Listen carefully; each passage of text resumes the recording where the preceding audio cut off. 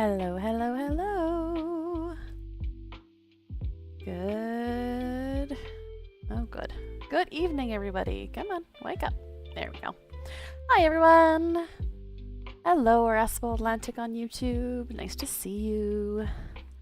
We've got Kat, we've got Morgan, we've got Pam and Vapor, and Canadian Goose, and Neuropunk, and Lurker, and Wanderin' Forest, and Faya, and Neuropunk. Yeah, there is. Hi, Blue Cherry Teddy.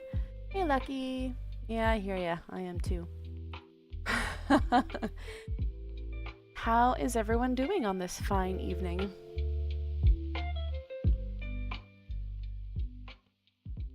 We are on, let me see, day 13 of the teacher strike. So day 3 of kiddo being home full time. Cat likes to wake me up. Yeah, that's fair. They be doing that.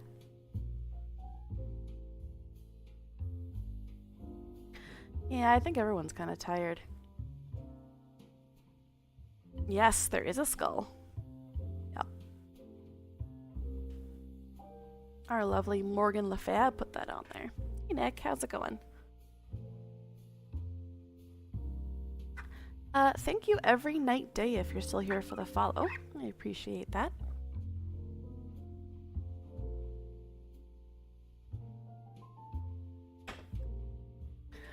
The plan for this evening, first up, is to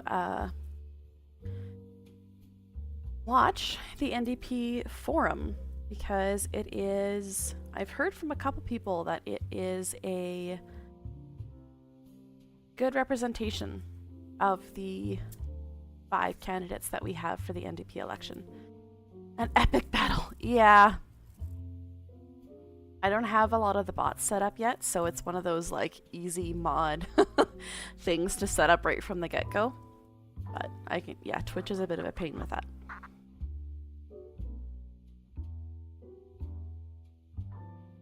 I'm feeling very Canadian today as I drink my 7-Eleven Slurpee.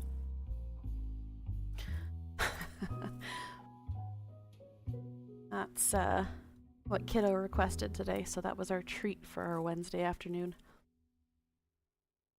And then I get to host a birthday party this weekend. So that will be totally calm and cool and not insane already. You also got a Slurpee? Nice. It'll be busy and loud and wonderful, and kiddo might actually sleep at night. What flavor did you get, Morgan? There are only 2 flavors of Slurpee that I like. Of course, that is the correct answer. Mine is root beer as well, so cheers. Mm-hmm. You're indeed the same person. Just gonna give it a couple more minutes, see if get a couple more people. Oof, cat, yeah. They don't arrive easy, if that makes sense. I remember that hurting when I was going through puberty. It was brutal.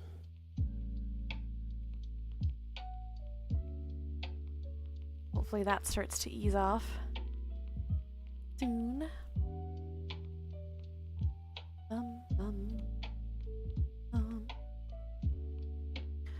Also, I'm going to somewhat apologize in advance if my voice goes, because we've been battling a cold all week. I'm sure some of you saw I had an ear infection, and kiddo has been running a fever, and hubby thankfully seems to have bypassed it entirely, which is nice. But yeah, not great. Your hips and walking into things constantly. I had that when I got pregnant because I gained so much weight in the first trimester. But yeah, and like your hips, I mean, woman's body goes through a heck of a lot when you're pregnant. Your hips separate and you're like you know, so I had that when I got pregnant because my hips were all of a sudden like getting ready to bear a child. I definitely had bruises on my hips.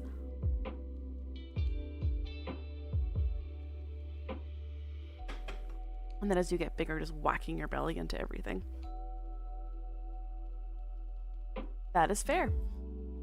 Pregnancy and my body did not mix very well. That is for sure. One of the reasons I am not going to do it again. It's not a good time. Bum, bum, bum. I think Steve said this too, but I've discovered the key to getting viewers on YouTube. I uploaded 2 shorts on YouTube yesterday, and one of them I used the hashtag #PurePolyev, and it has 200 some odd times the viewership of the other one, so it really is. People really are looking up stuff to do with Pierre Polyev, which makes me laugh. You'll live from the shock. Yeah. Ooh, that's so painful. Ugh. I had a friend who had, and I forgot what it's called. Yeah, I can't remember, but it's basically where your hips are just like, yeah, no. Here's all of the nerve pain on top of everything else. Not a good time. Yeah, Kat, see, I am. I trip over my own 2 feet some days. Coordination and me are not a great thing. I was not a sports player, although being homeschooled, it's a little more difficult to join teams. And I was the music nerd. All of the music. Oh, I just heard my chai beep at me, so I am going to load up our first video for today. Now, I have heard that there is some substantial leftist audio that presents itself here, so I am going to try my best to adjust as I need to. But yeah, hopefully we can make it through. I'm gonna hit play and just let the beginning kind of go for a sec while I pour my chai into a mug, and that, yeah, they did. It's the worst. And then I'll do some adjusting when I get back to my chair. See if it even plays with audio. Loading. Alright, let's go here. There we go. Oh, good, no sound. That is a great start. There is no point, Morgan. It doesn't function. Do we get sound at all?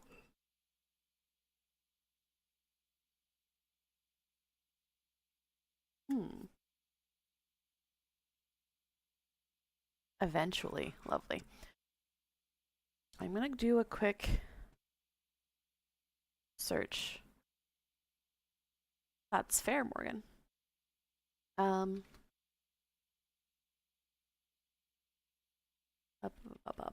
Forum. Is anybody else that streamed it? Maybe somebody else got better audio, but I kind of doubt it. Oh, we got some noise. I heard a giggle.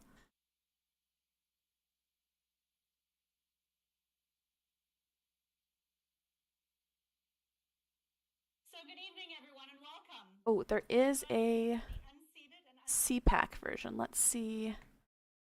I am going to switch this for a moment.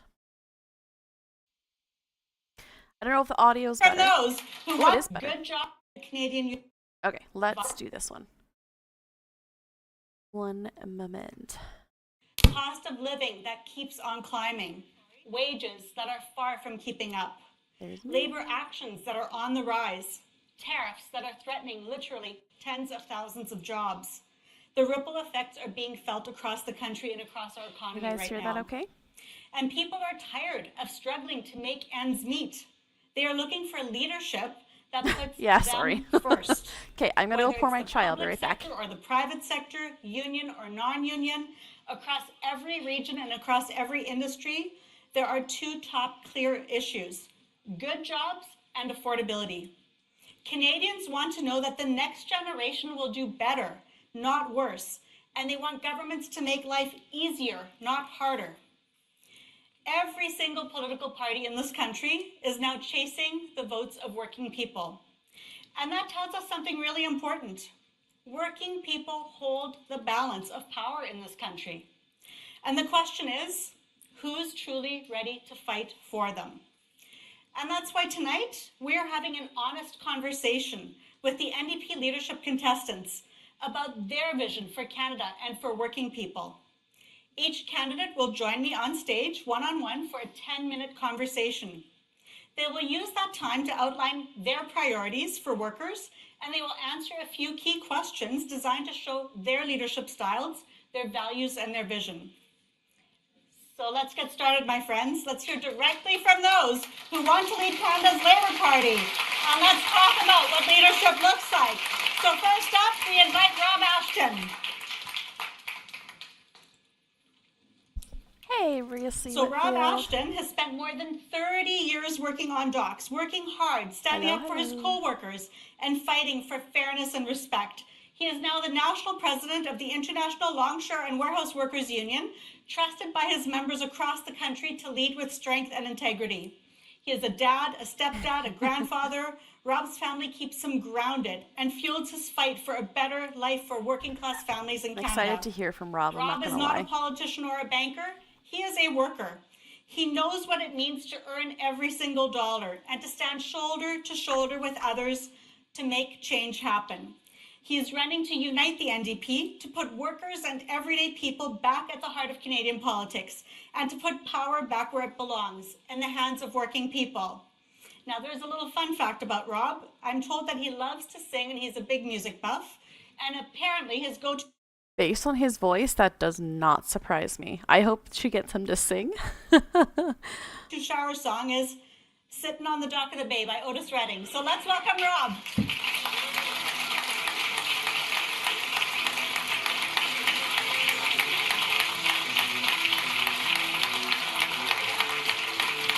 Did he do the curly mustache? I hope he did the curly mustache. Ah, is it? I can't tell. It's too furry. Furry? Fuzzy? Oh, he did too. You can see the ends of it sticking out past his face. I love that so much. So Rob, how are you? I'm good. You? I'm good, thank you. Rob, Oh my what's your goodness, the message for socks. working people in Canada?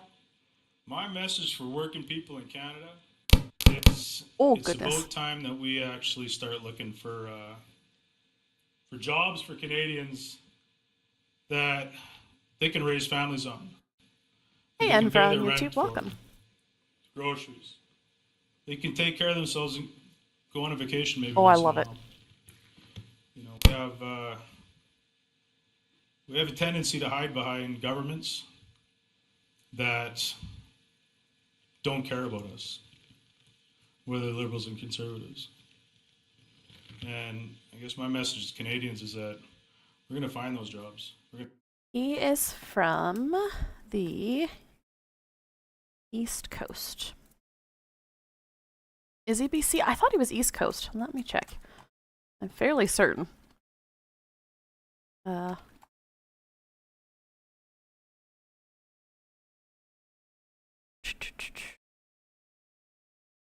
no, you're right.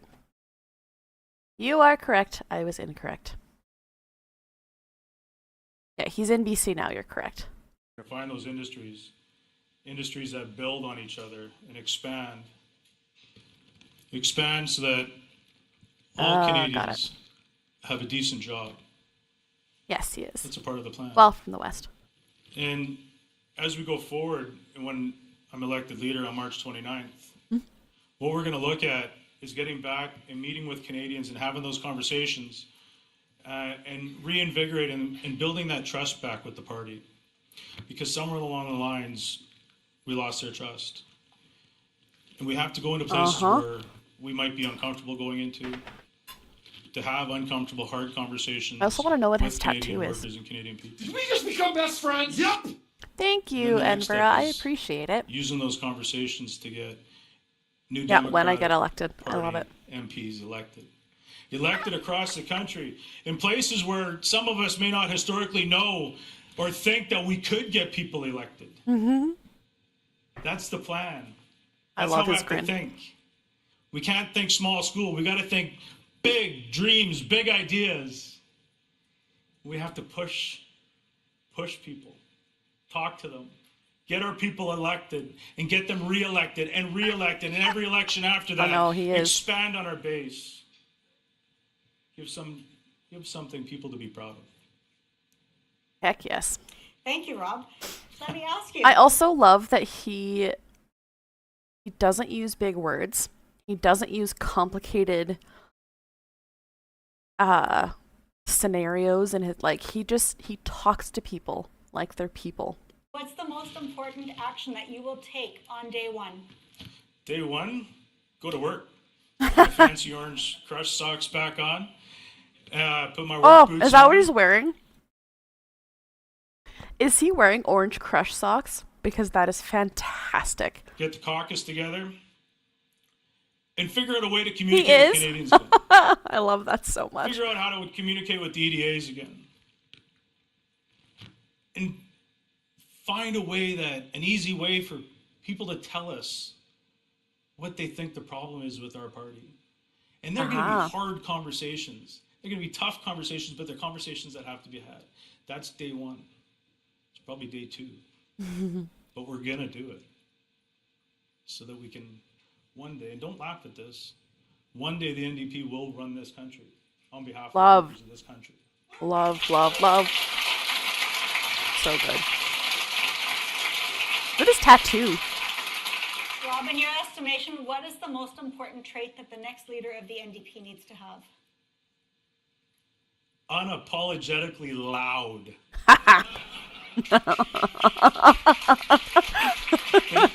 The next leader of the NDP has to be able to sit in a room like this.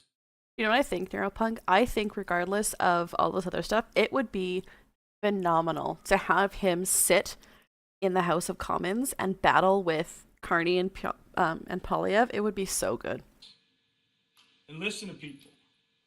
And have conversations like I've said before. The next leader of the NDP needs to build a movement. A movement built by Canadians for Canadians. A movement that's going to lift us away from the bankers, away from the corporations. Oh no. That's a problem. House. There we go. What workers built. Not corporations.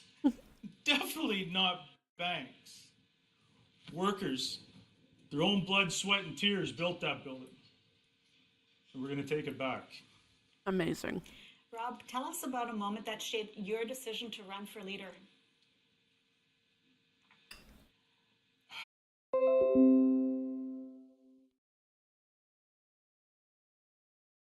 Are we back? Shoot. Oh. Are we back? Did we come back? Well, at least that crash fix was a lot faster. I set it up through Restream, and before that, don't ban you this time. Before that, it would crash, and I would almost have to restart my computer to get back. I know these leftists are affecting everything. All right, I'll go back 10 or 15, or I can talk. 20 seconds here, and we'll keep going. The handlebar mustache uses too much bandwidth. You're not wrong. But I appreciate a man that can confidently walk out in blue jeans, tattoos, big ass mustache. I love it.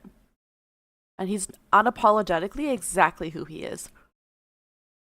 Oh, good. I'm back on YouTube as well. Thank you. Oh no, AJ. Well, hopefully it's working now. And I'll keep an eye on that. Said it lots. I got tired of being lied to. Oh. I got tired of trying to convince my members, especially after this last election, that Pierre Poilievre is not a worker. That Mark Carney isn't a non-politician. Mark Carney was groomed for this gig. I was tired of that. I was tired of people not talking about the class war that we're in. We're in a class war. It's the ruling class versus the working class. Did you just say a class war? That. Man, I love this guy. We have to be loud about it. We got to rally the troops. Rob, you walk into lots of lunchrooms, and when you walk into those lunchrooms and you know that those aren't always easy conversations, what is it that those working people in that tough lunchroom need to hear from you right now when they're worried about losing their jobs? I don't think they want to hear any more from politicians or want to be politicians. I think they're tired of listening to us.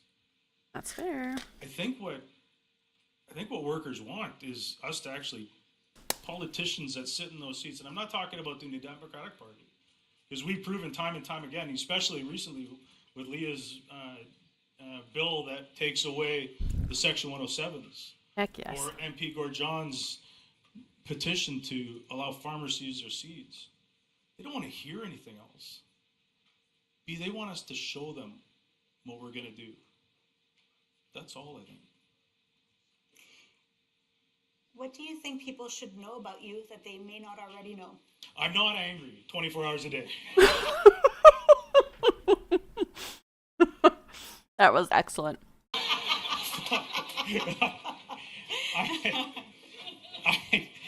I take this so seriously. I do smile. It's hidden somewhere under the beard. Hi, Ninja. No, that was on my end. Yeah. We had a little bit of a crash on my end, so. You guys remember that video that we watched of him must have been the streets of BC, where he was like hardcore yelling and didn't need the mic? Yeah, so good. I'm passionate about this. I've never been one to stand and watch a bully pick on somebody. And that's what happens in Ottawa now. People find people that don't look like me and say they're the enemy. I hate people like that.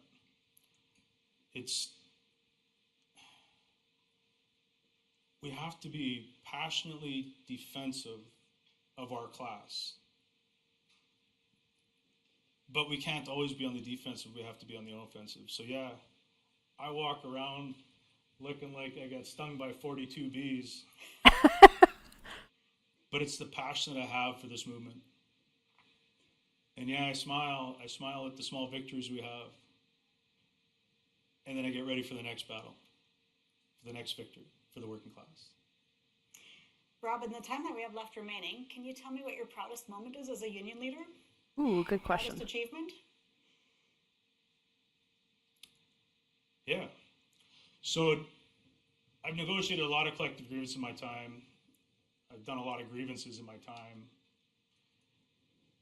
But I think the proudest moment I ever had as a rep of some sort was I happened to be walking through my home local office, and one of our staff members stopped me and they said, "Look, this worker has been having issues getting back into our benefits program because they got a health issue. And this worker was too proud to go on our benefits. He wanted to just keep working and working and working, to the point where he didn't have enough hours to qualify for our benefit plan. So when I reached out to our worker, our member, and I was able to have that hard conversation with them and explain to them that it's okay. It's okay to ask for help when you need help. Love. So the proudest moment I've had as a union rep was actually being able to get that member back on the benefits, so that member could live the rest of their days with our union benefit plan and our union Oh, I can fix that. long-term disability plan. And that, out of my 20 years as a union rep, is something that I'll never forget. There you go. Is that a little better? Thank you for sharing that. Hey, Jared Sharman, welcome.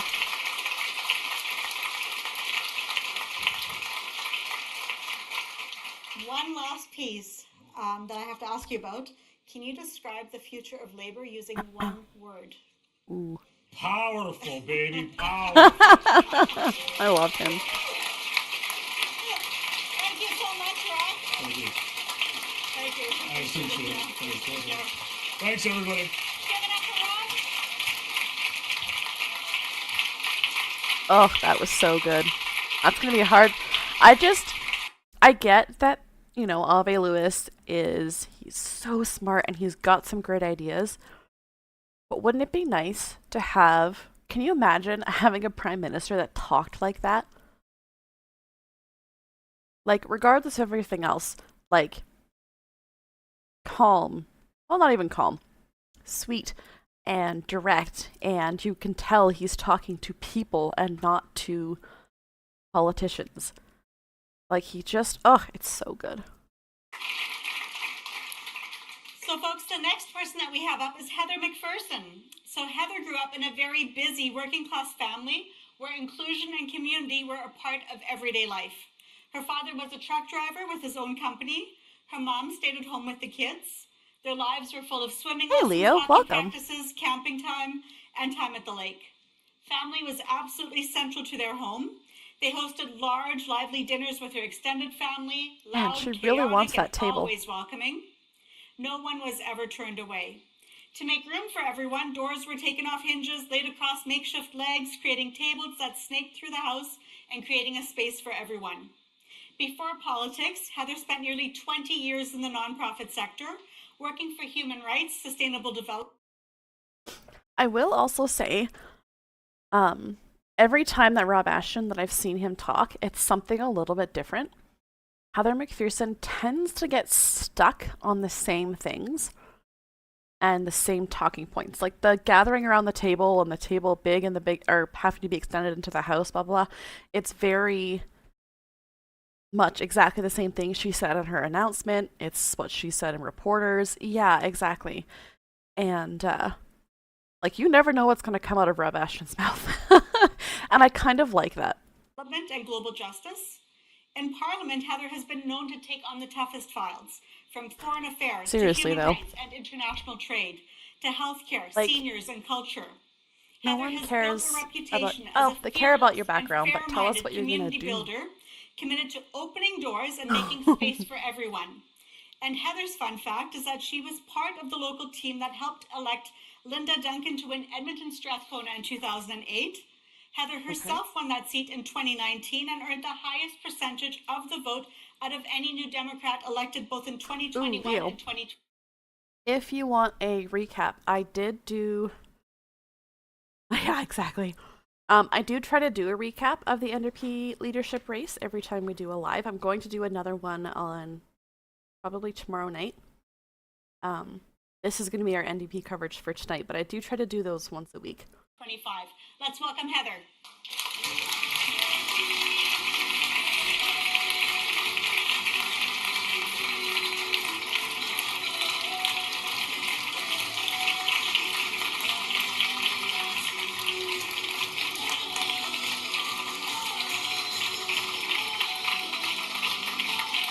How are you? So nice to see you again. Please have a seat. Hello, Heather. How nice No to worries, see you again. Leo. Nice to see you too. Thanks for having me. Yeah, absolutely. Heather, what's your message for workers in this country? You know, this is a pivotal moment in time. This is a really important time I will say those are great shoes. for both our party, but also for Canadians. And I think Canadians need to know Oy. that New Democrats understand the challenge that Canadians are facing right now. Yeah, there Moose, are I have the people in same this thing. country that are so deeply I'm worried about trying their to have an jobs. open mind and listen to I her, think but about it's a lot of the people same. in my life. I'm a mom of two. But young people across this country that are worried about whether or not they're going to be able to find a job. The fact that people aren't sure they're going to be able to pay for their rent or their housing. The fact that groceries cost so much. I talk about this all the time, but I have a 17-year-old son. I know how much groceries cost because he can go through a whole bunch of them. That's, I think, what people need. They need to know that we see the challenges that Canadians across this country are facing. And That's not me, that's them. Make their lives better and easier. That's what workers need to hear from us right now. Thank you for that. What is the most important action that you would take on day one? On day one, what we need to do is start the conversation. We need to start talking to our friends in Labour. We need to start talking to our provincial counterparts, the candidates across this country, the folks that volunteer on campaigns across this country. We need to be speaking to our caucus members to start having those conversations about rebuilding, because we've got a road in front of us. There's a lot of rebuilding that needs to be. If you hear a bunch of banging and talking in the background, Albie and Kiddo were just having supper. Done so that New Democrats are able to fight the fights that we need to be fighting for Canadians right now. What is the most important trait that the next NDP leader needs to have? I honestly believe the most important trait the next leader has to have is they have to be hardworking. It is going to be a lot of made chicken and rice in the Instant Pot with mushrooms and carrots, and it's super good. Meetings. It is going to be a lot of meetings in church basements, in union halls. Hi, Laurel. There's going to have to be conversations with people across this country, because one of the key things we need to do is we need to meet people where they're at. We need to meet people and talk to them about the issues that are important to them. And I think about what we were able to accomplish in Edmonton, Strathcona. Oh, yeah. You mentioned in the introduction in 2008. I'm very glad. Thank you, Morgan. And we took it from them, and it was a nail biter. We took it from them. But one of the things that we did from then is we worked so hard to build up our EDA, and we didn't stop there. When I was elected in 2019. You know what we should have done? We should have had a counter of every time one of these people said "I," because this feels a whole lot like she's trying to promote herself in a situation where it's not really about her. Rachel Notley That makes wasn't sense. sure she was going to, in fact, vote for me. She wasn't sure she could vote for the federal party. In 2025, she stood with me at my lodge and endorsed me for the leader of the NDP. So for me, it's building. So it's making sure that we're working with our EDAs. We brought in a regional organizer that would actually work across Alberta. Our EDA paid for that, but it was so that we could expand. See, again, like, how many of the lay people across Canada know what either of those things are and what it actually has to do with their everyday life? Oh yeah, he's done. So that we could build up Edmonton Griesbach, Edmonton Centre, Edmonton Manning, that we could actually start spreading I don't need to win with 62% of the vote. Yeah, I need exactly, to get Kat. more New Democrats elected. We need to win in more seats. We need to get more people Obviously. elected as New Democrats, because when more New Democrats win, that's how we actually make change for Canadians.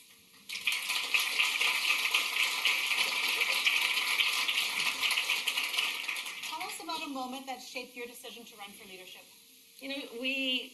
You heard the story about me growing up, and we would take the table off the Oy, hinges. the And table. It is a frame that I use for my leadership. Yeah, because exactly, For Morgan. me, it is that idea. Like, my family wasn't political. We didn't talk about politics at the family table. But I watched my family, and I watched the way that my parents lived their values. Other McTable. And for me, that's what's so important. It's so important that we bring people in, that we welcome folks to our party, that we do build a bigger table. And so Hey, that's great. Obviously, the NDP need more people. But, and then what? It's the table in the room with us. think back to growing up. I No think back questions. to those chaotic Yeah, it is. Family dinners, you know, where there's kids running everywhere, there's wrapping paper, there's, you know, What? the table is snaking through the house. And I think about nobody was turned away from that table. Everybody was welcome in our party and at that table. And for me, that's so important. That's what we should be. The table is the friends we make along the way. Canadian in this country that believes in the values of taking care of each other, that believes in the values of taking care of our neighbors. And that doesn't matter if your neighbor is next door or if your neighbor... See, and that's the thing, Edra, is that a lot of people, the reason that she's the front runner is because she's the political safe choice, right? If we want to talk about someone that's going to carry the NDP on exactly the way that it is right now, she's the safest choice. Now, that is obviously not what the NDP needs in the long run, but she's the safe choice. I don't know why she would be the front runner over Avi Lewis, but again, this is October and the election is in March, so we'll give them some time. Neighbors on the other side of the planet. If you believe in taking care of your neighbors, taking care of your community, taking care of your planet, Yep, Lucky, you're right. then you're a New Democrat and you belong at this table and you belong as part of our movement.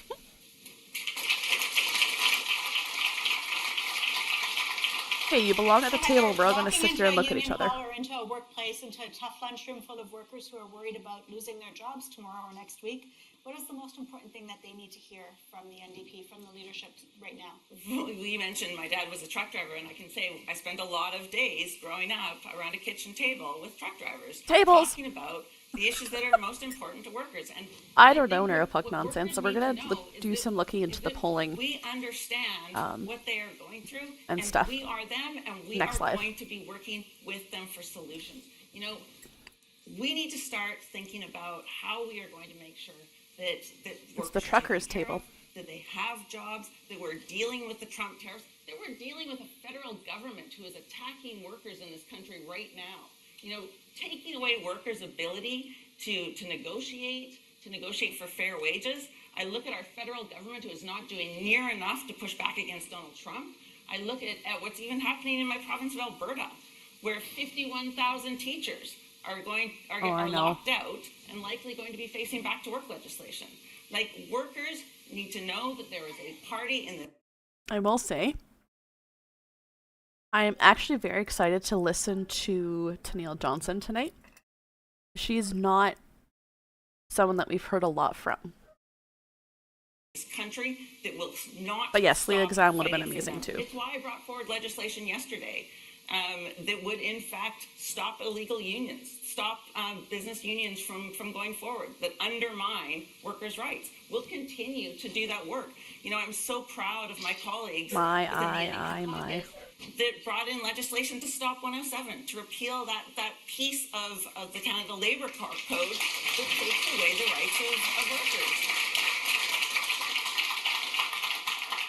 Heather, what do you think people should know about you that they may not already know about you? There's so many things. Listen, I think one of the things that I want folks to know is You're absolutely right.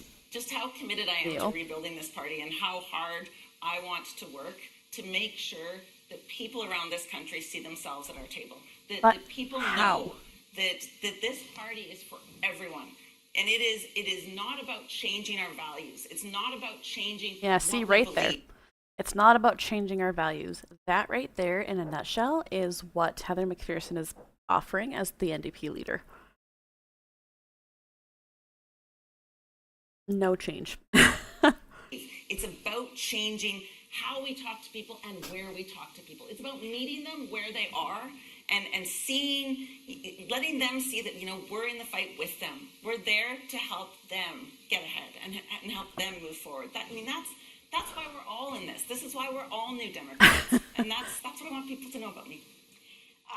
What is your proudest moment, either on the campaign trail or as an MP? Sorry, what was the question? And that's what I want people to know about me. What is your proudest moment, either on the campaign trail or as an MP? So, being a member of parliament, I was elected in 2019 and then again in 21 and 2025. And I would say, I was very proud when we were able to stop an Australian coal mining company from tearing down the Rocky Mountains. Protecting the Rocky Mountains was a huge one for me. I think the fact that I was able to fundamentally change the conversation about the genocide in Gaza in Parliament. Here's what I will say, Pim, because you're right.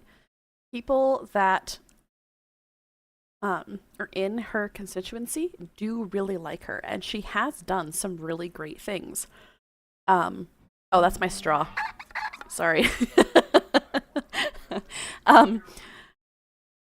She has done some really good things. She's done some great things with for Gaza and, all of that stuff.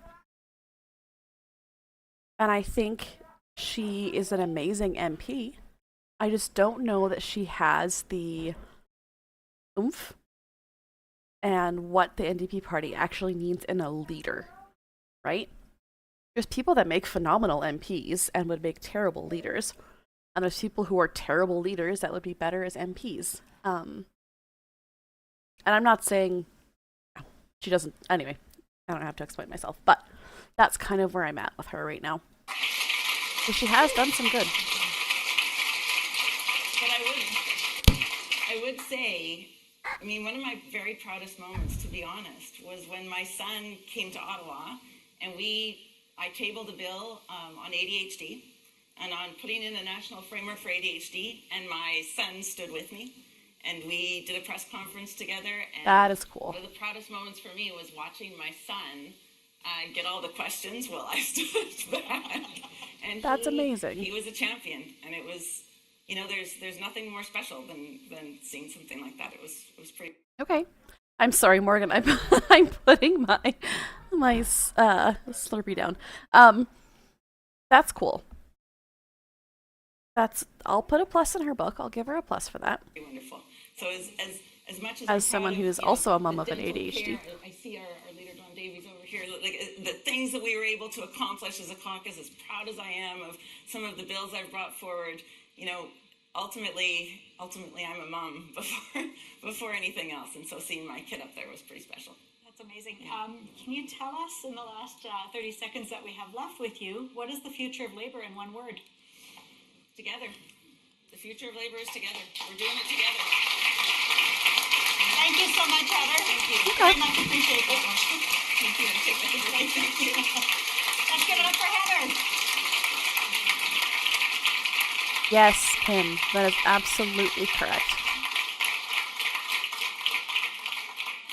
Folks, our next candidate is Tony McQuail. Tony has called Huron-Bruce home for over 50 years. He is a lifelong farmer from Lucknow. Tony has been deeply rooted in his community and in the fight for a fair and sustainable agriculture industry. Yeah, I do too, Embra. He has served as president of the Huron County Federation of Agriculture and the Ecological Farmers Association of Ontario.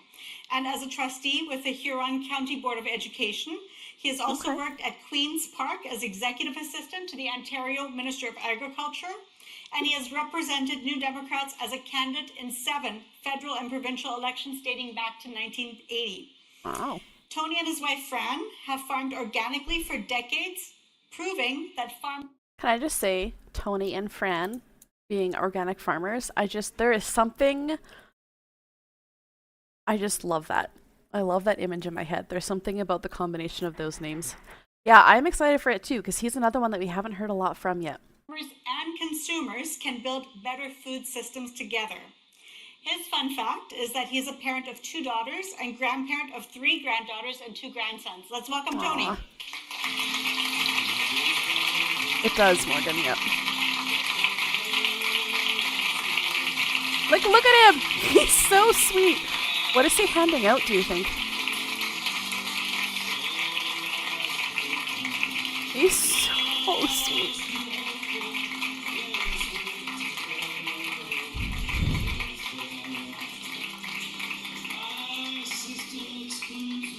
I love that so much. Oh my goodness. Can we see? Yeah, no, there's no way. The quality is too poor.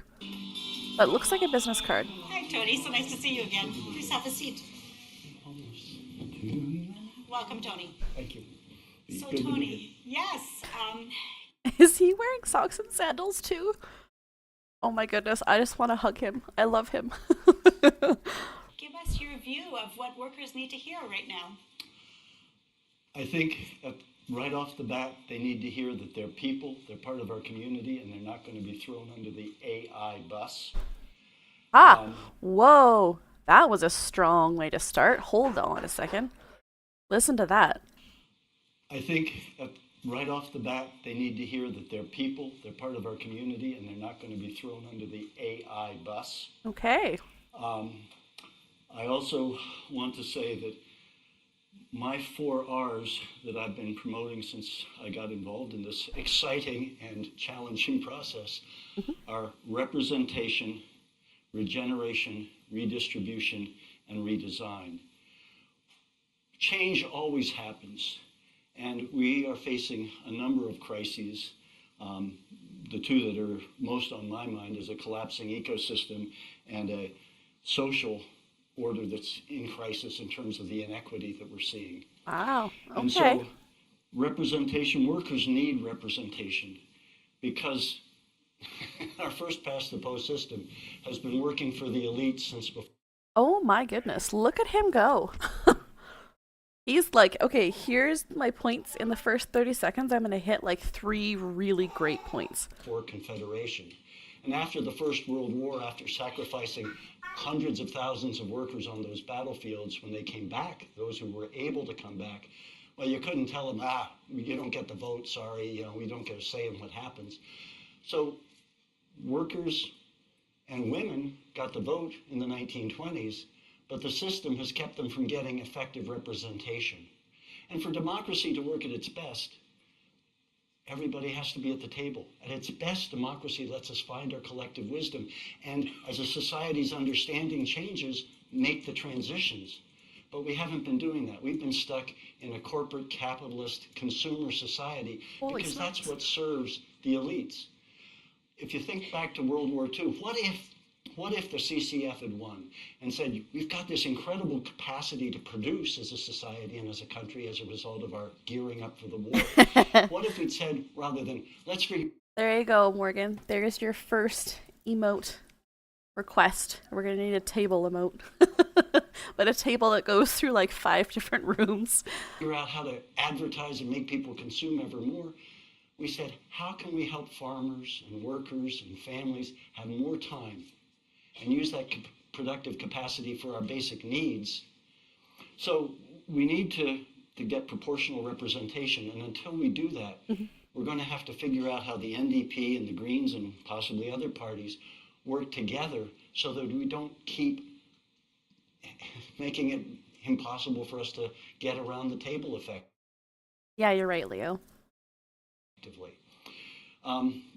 Regeneration is my second point, because if we don't look after the environment, we've got nothing to work with. We don't have anything to be progressive about. So that capitalist consumer society has kept us all on a hamster wheel, rushing to do more and more and more, and getting way beyond the carrying capacity of the planet. And I see that as a farmer. 50 years ago, my wife and I were married in our orchard, and it was just with insects. I love him so much. That was amazing. A politician who talks about bees in the right way and doesn't eat them. This year, 50 years later, it was silent. And it was silent. There was an insect. And that's part of the web of life that we share this planet with. And if we crash it, everybody's going to be in trouble. The other thing I'd say for workers is we've got to spread our arms wide.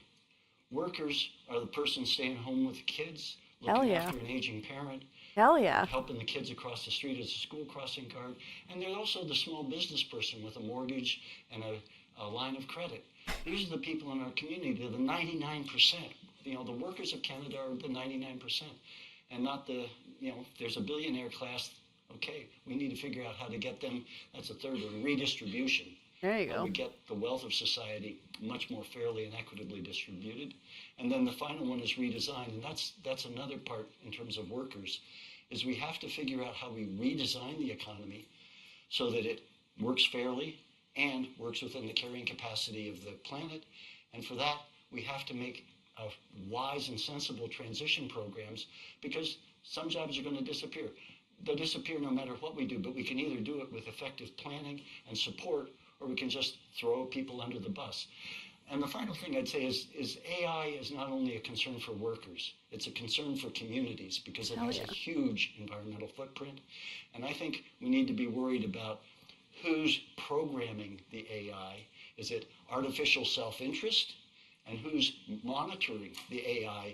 Or are we going to end up with artificial stupidity that takes us down a road that we're already on in terms of crashing the ecosystem and destroying society? So those are the concerns when you ask me that question. Wow, if you were to watch him walk up again,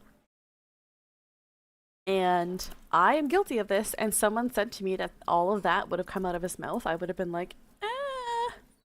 But he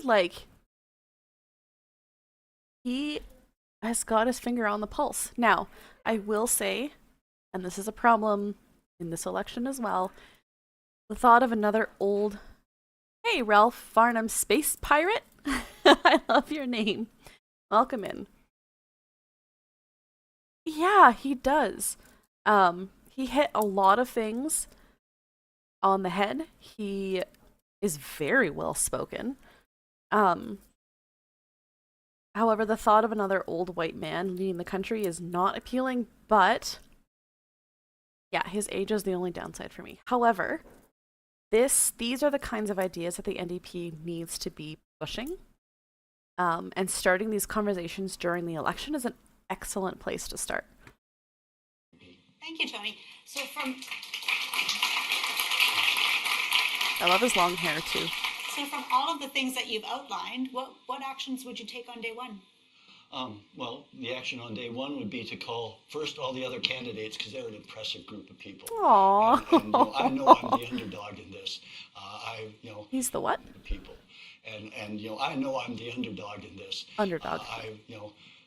When I reached out to my people and said, do you think running's a good idea? Most of them thought I had important things to say that maybe I should say, and hopefully you would want to hear. But they also said, you're probably not going to win. Well, that's fine.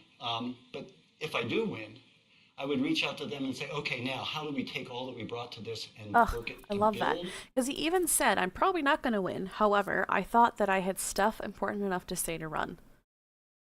Awesome. That is the kind of passion and reform that we need in our politicians. The people that are going, I have something to say, but I'll never win, or I'll never... Listen! I'll never get into power. No, that's not his point. His point isn't to be here. I mean, sure, he probably would think it's amazing if he won, and he's going to run a campaign like anybody else. But to start from a place of, I have ideas that I think people need to hear, and other people said I have ideas that people need to hear, that's really cool. And the other thing I would say is I would call some other party leaders and say, okay, we've been beating each other up. We've been wasting our volunteers' money. We've been wasting our volunteers' time by running competing candidates. What can we agree on now? If we had formed a minority government, we'd have had to figure out what we could agree and work on. Okay. Let's do it 3 or 4 years before the next election, come up with a clear position, then figure out how to not run competing candidates, but have a single candidate bringing that forward, so that maybe the disillusioned liberals, the concerned conservatives, and the 50% of the people who've given up on politics because it doesn't work for them, they get promised first past the post election in 2015. Ha ha ha ha. The system just doesn't work for ordinary people these days, and so they're pissed off and they're disillusioned and they've turned away. We need. Love this. And yes, Ralph, I completely agree. Regardless of how far he makes it in this race, voices like this are very important to hear. To reach out to them and get them in, and I think that creating an effective green progressive voice that has some policies that say this is how we're going to deal with it, we get somewhere. What is the most important trait that the next NDP leader needs to possess? Well, I know I don't know everything, and I never will. I think it needs to be he or she needs. How many politicians have you heard say that out loud? Not many. Be willing to work out and reach out and work with others, but I also think it's really important to articulate a vision. And I'm a holistic management certified educator, and holistic management was transformational for our family because it helped us look at, well, what do we really value? What do we really want? What's the quality of life we'd like? What's the future vision for our family and our farm? And having that unified vision really then helped us because we create the future day by day as we make decisions. The decisions we make today have an impact on what the future is going to look like. And so when I reached out to people the first time, I said, what are your hopes? What are your dreams for Canada? And I'm putting them together in a holistic vision or a holistic goal for Canada that I think could be a unifying thing. So I think, the vision, your leader isn't going to be all things to all people, but I think they need to be cooperative, collaborative, and have a sense of what we value and where we hope to go as a society. So Tony, if you were to walk into a lunchroom of workers who are worried about losing their job in the next year, next month, what is your message to those workers? You're probably right to worry, and now what you have to do is work together and organize and figure out what are the points at which you can get leverage to either hold on to the job or to ensure that if somebody's going to leave town. I mean, we've got the example of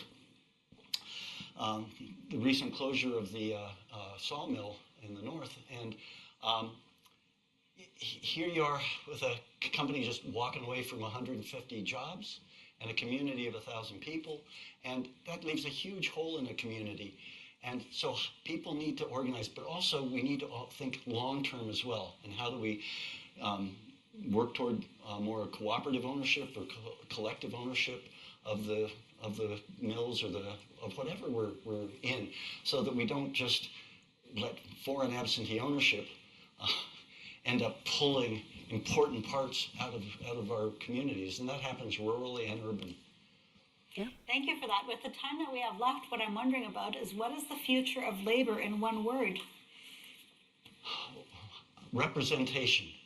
For democracy to work, everybody's got to be at the table. And figuring out first how we, with our current system, deal with first past the post and its handicapping that it does to new and innovative ideas, certainly to the United Farmers, the Independent Labor Movement, the CCF, the NDP, now the NDP and Greens. It's been a terrible handicap. So we need to figure out how we can deal with. Don't super love the use of the word handicap there, but okay. In holistic management, we say, if you have a problem, you've got three choices. You can do the same harder, or make a change. I think it's time to make a change. Thank you, Tony.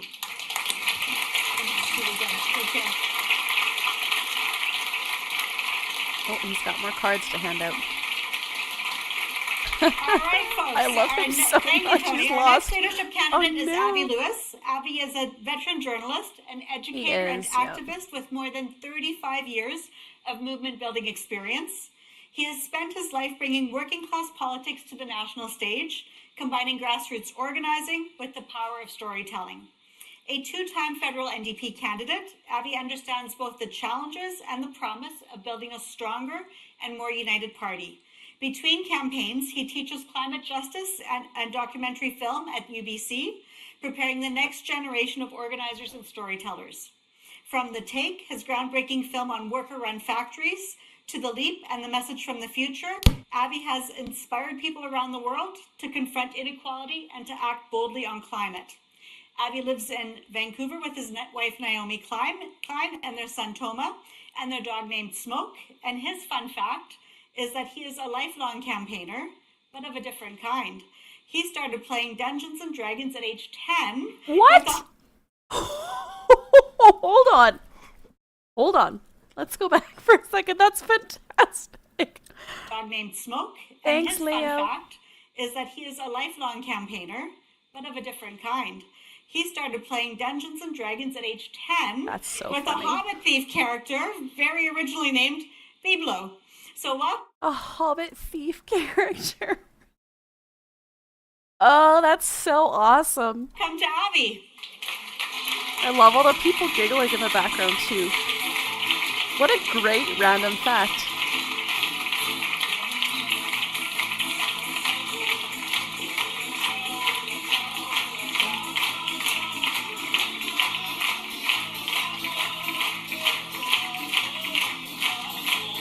What song is that? So nice to see you again.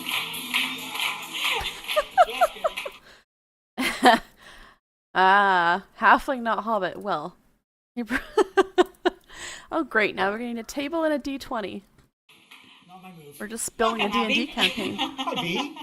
Nice to see you. Nice to see you too. So give us sort Yeah, of it an is overview interesting. of, what workers need to hear from you.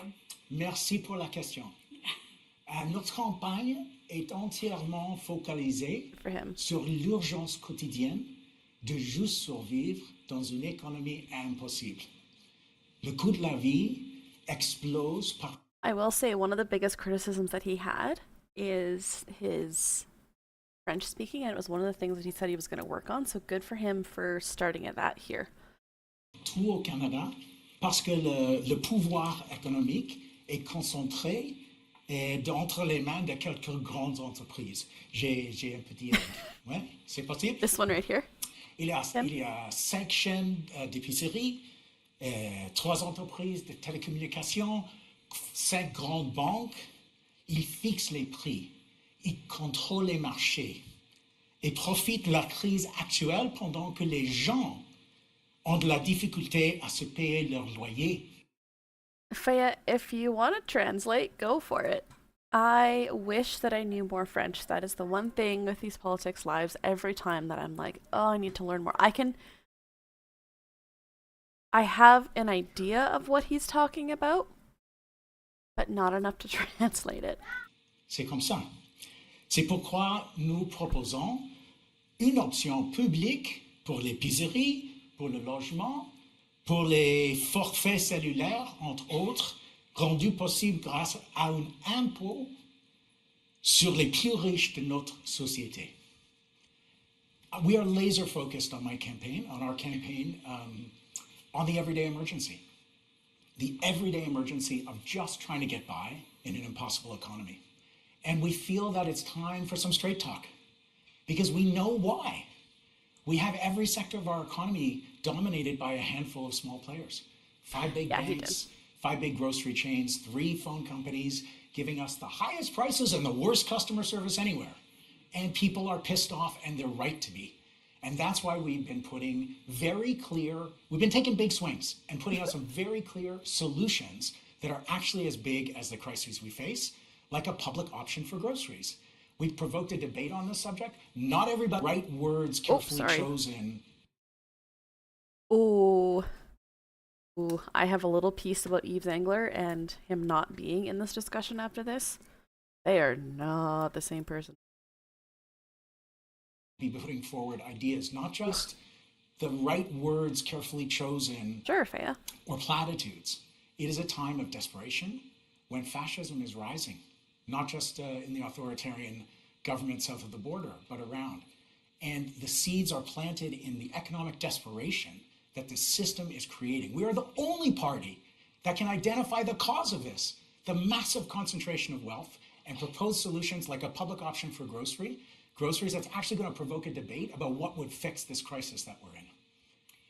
So, Abby, when you walk into a lunchroom full of workers who are worried about their job next week or next month, what do those workers need to hear from an NDP leader? Straight talk. Straight talk. It can't be message boxes. It can't be carefully sculpted phrases. It has to be straight talk, like all you've heard from all the other candidates. We are aligned. We are NDPers. We need to connect with working class people because we feel the desperation that is coming from all of our lives right now. It's that fundamental movement of the heart towards a lived reality of everyone in our communities. And we're the ones who feel it. And we also are the only ones who have a diagnosis for why it's like this in such a rich country, in a time where there are fountains of wealth being created and where the billionaires are actually building themselves rocket ships to Mars to leave us all behind and as the planet burns. People know this in their skin. They're living it. And we need to start proposing solutions that are actually going to make people go, that's right. The Stellantis plant gets hundreds of millions of dollars of public money, and they want to run south and take away all those jobs. Fine, bye. We're going to keep that factory and all the machines that we paid for and run it under public ownership to preserve those jobs and create EVs under public control. Because of reasons. If you say that in a lunchroom, you're going to have a discussion. People are going to lean forward. We're going to talk about this stuff. Yeah, that's a very strong Can point. you tell us what the most important trait is for the future leader of the NDP? Yeah, I think it is just cutting the crap and actually just naming the problems and really connecting with people. People are rightly suspicious of politicians. Everything seems like the cassette, like the tape loop.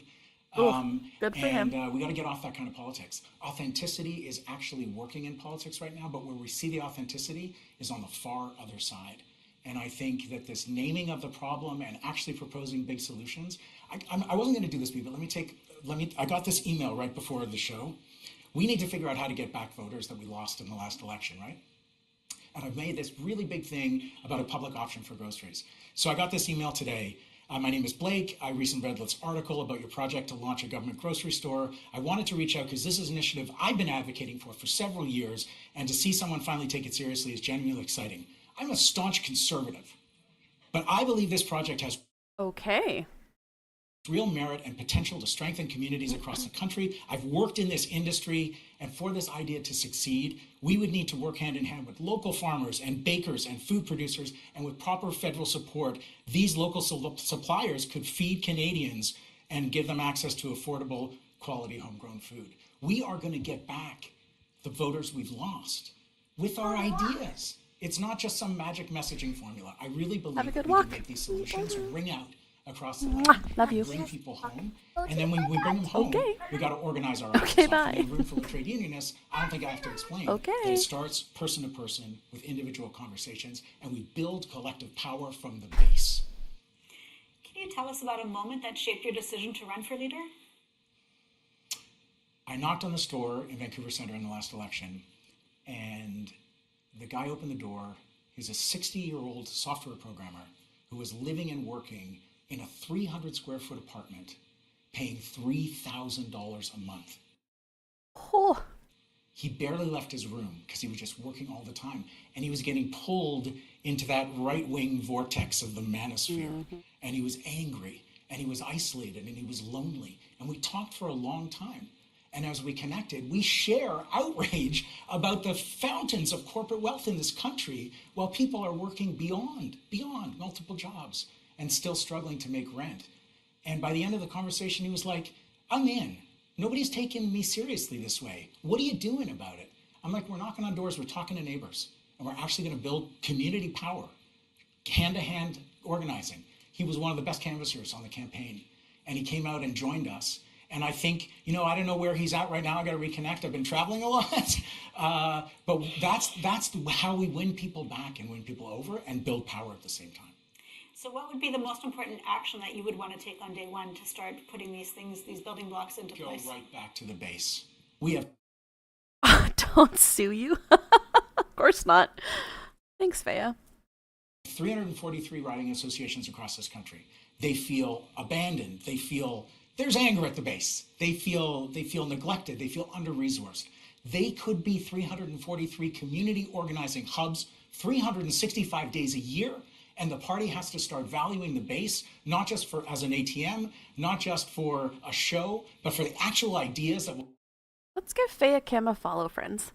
She is a dear friend of the community and has some very cozy streams and is hoping to do a little bit more in politics in the future.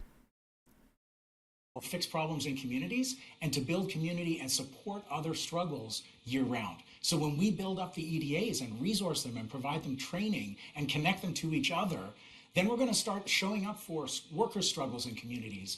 Refugees need settling. There needs to be mutual aid during a pandemic or an emergency. We need to weave ourselves into the fabric of life at the base, and that's how we build back. Is there something about you that people don't already know that you would like them to know? Please talk about D&D again. I'm a massive Blue Jays fan. I'm like 162 games a year. My dad we never did like cliched father-son things in my feminist family household. Ooh, that was a strong statement. I'm like 162 games a year. My dad we never did like cliched father-son things in my feminist family household. But he took me to the first Blue Jays game in 1977. It snowed, everybody left, we stayed, the Jays won. That was it for life. And the thing I love about these guys right now, they're the journeymen, the minor leaguers, the grinders, the ones who aren't supposed to be there.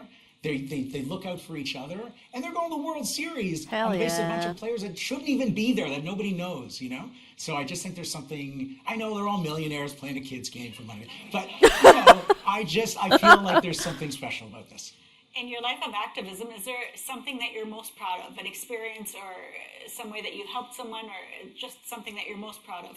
I mean, I teach students, and they are marinating in fear and panic around the crises closing in, the climate, the economy, and we find and we share that the antidote to despair is action.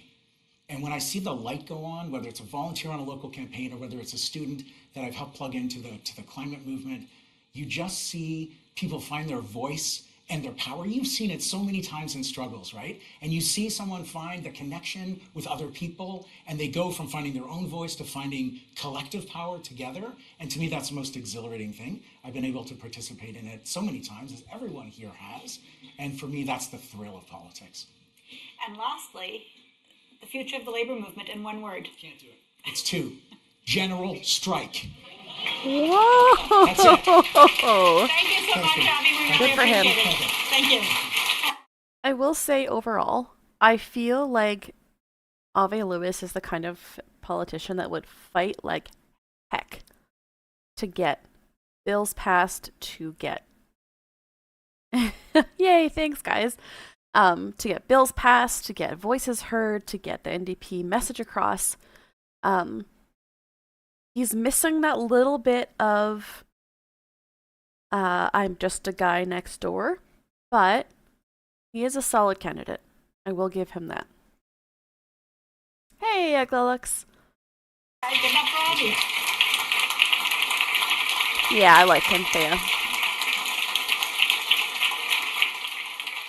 So, folks, the last leadership candidate that we have tonight I'm is excited Tennille for Johnston. this. Tennille is from the Weewaikai First Nation. She is a social worker and a mother. She was born and raised in Campbell River, BC, and she has spent her life fighting for equity, justice, and strong, healthy communities. She has over 14 years as a registered social worker. Tennille now serves as the Director of Community Programs and Services with the First Nations. That is a very good point, Thea. He does talk like a teacher. You're absolutely right. He's not talking like your typical politician. He is talking like a teacher and a professor, which is what he is, right? Yeah, Kat, that's fair. Health Authority as a city I would like to know those things councillor. too. Her leadership is grounded in action, from delivering frontline services to advancing change within institutions. And now she's running to lead the NDP into a new era, one that centers equity and builds from the ground up, that fights for affordable housing, universal health care, and a real representation for Indigenous peoples.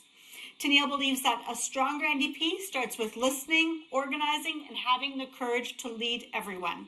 And her fun fact is that despite not being elected, she was able to capture an impressive 26,000 votes, about 33% in the federal election in April for North Island Powell River in BC, and came a very close second in that race. So welcome to Tennille. I am going to be a bit of a pain, and I am going to take a quick break. I need to have a bio break really quick, and we will be back to listen to Tennille Johnson. I'm quite excited to hear what she has to say. So, give me a couple minutes, stand up, do a stretch, get a drink, and we'll be back in a minute.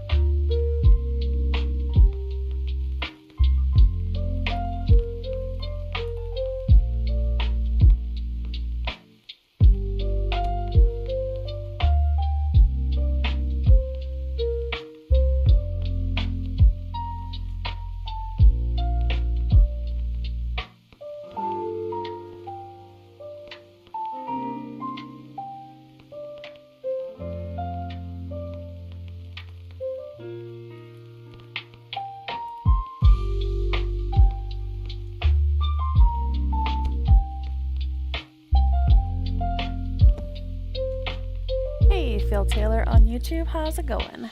Nice to see you here. Alrighty, y'all. Who is ready to watch Tennille? We'll say this is one of the ones that I'm the most excited about because the other candidates we've heard a little bit more from, not so much Tony, but this one is going to be good.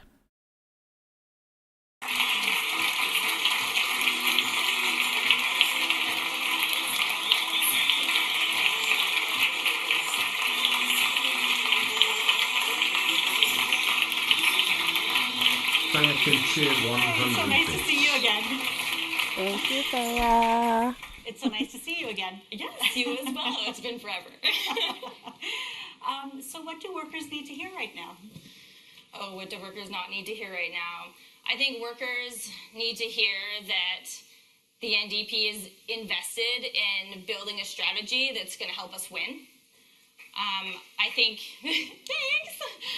Oh, she's so cute. I think they need to hear messages that's going to establish confidence that there is a big, bold future right around the corner and that the NDP is there to back them and make it happen. The job losses are stacking up constantly. We heard of another 1,200 jobs that are threatened today through GM, which is just heartbreaking. I think we need to earn that confidence back by demonstrating action, and part of that is getting into the next election and winning so that we can do these big, bold policy changes that we want to see across the country. Thank you for that. What's the most important action that you would take on day one? Day one. So what comes to mind right away is free memberships. I think if we want to grow the party and we want to make the changes that we want to make, we need more people. And to do that is making it accessible. We need to not have a paywall that's closing down our party. We need to open up. Hell to the yes. That is such a bizarre thing to me. That door. Even if we want more people to come to the table, open up the door, arguably put in a ramp, widen it, make it super accessible so that we can have all people welcome to the NDP table. Can you tell us a little bit about your decision to run for leader? What sparked that decision? Oh, it was definitely a long process. I wanted to make sure that I was having conversations with folks that knew me from a variety of perspectives, not only politically, who I am as a person, as a parent, who I was as a student organizer, and whether or not this was an avenue that I should be pursuing. On top of that, I was getting calls from folks from various places in the country that I had never met before, but they watched our battle in North Island Powell River, and they called and said, would you consider this? I looked at Indigenous leaders before me that stepped into this space. I contacted numerous Indigenous leaders across the country to have those conversations. I really felt that we needed representation in our leadership race. We are the new Democratic Party. We are for all people. And I wanted to see that in our leadership race. And so here we are, making the big move and running for leadership. Love her.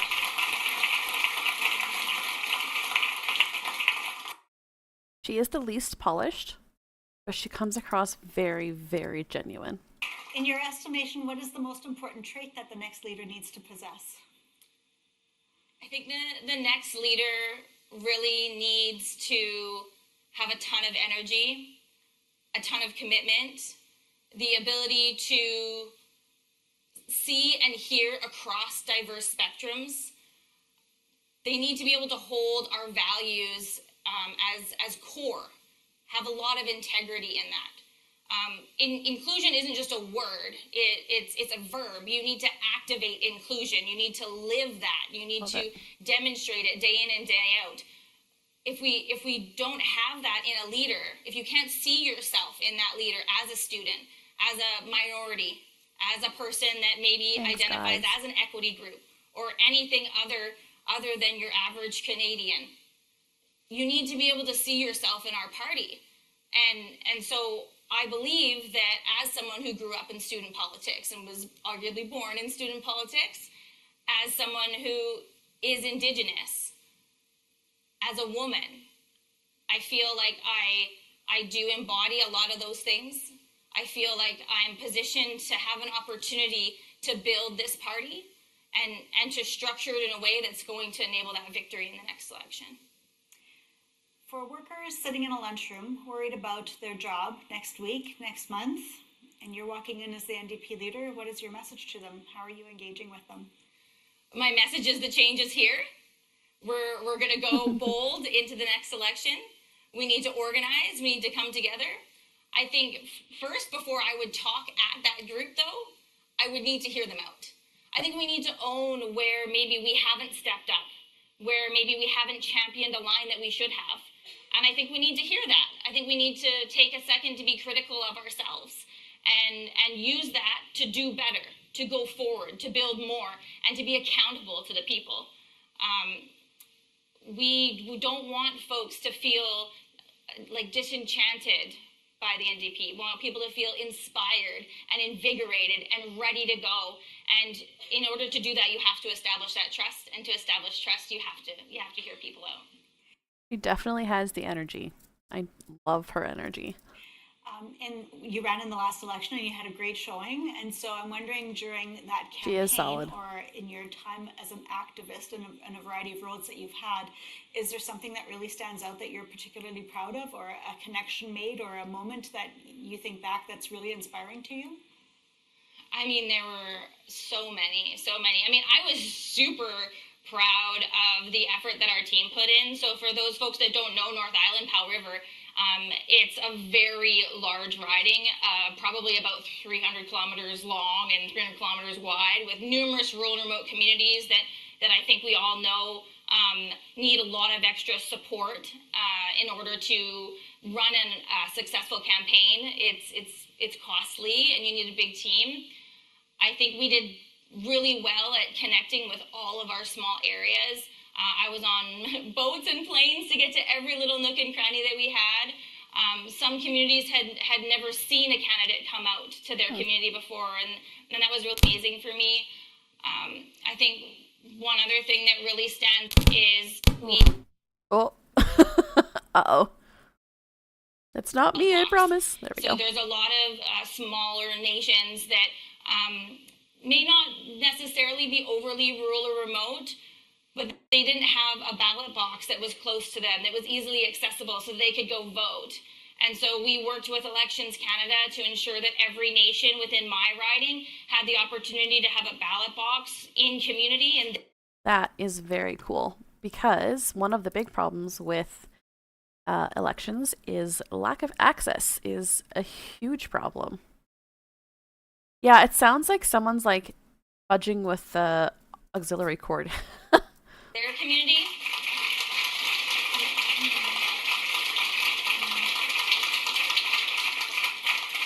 And that was not just so that geographically it was, easy to reach over and put your ballot in, but they were in spaces that were identified commonly as safe for those folks to go vote. And that was really important for me.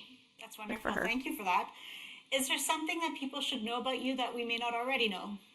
Oh, I mean, I'm the era of social media, so there's not a whole ton of secrets about me. She's so sweet. One thing, so my she does have a very name, active TikTok. My First Nations name is Lakalogwa, and it loosely translates to speaks loud or voices heard. Love it. Love it. Yeah, I agree, Thea. Of time, either you can fill it or I can ask you another question. It's up to you. I love questions. Do we get to take from the audience? No? Good for her. Don't take me up on that. So you went into work as a registered social worker. What caused you to want to do that work, and what was the driving force behind that decision? Yeah, so post-secondary education was a huge journey for me. When I first entered, I actually went into nursing school at Camosun College.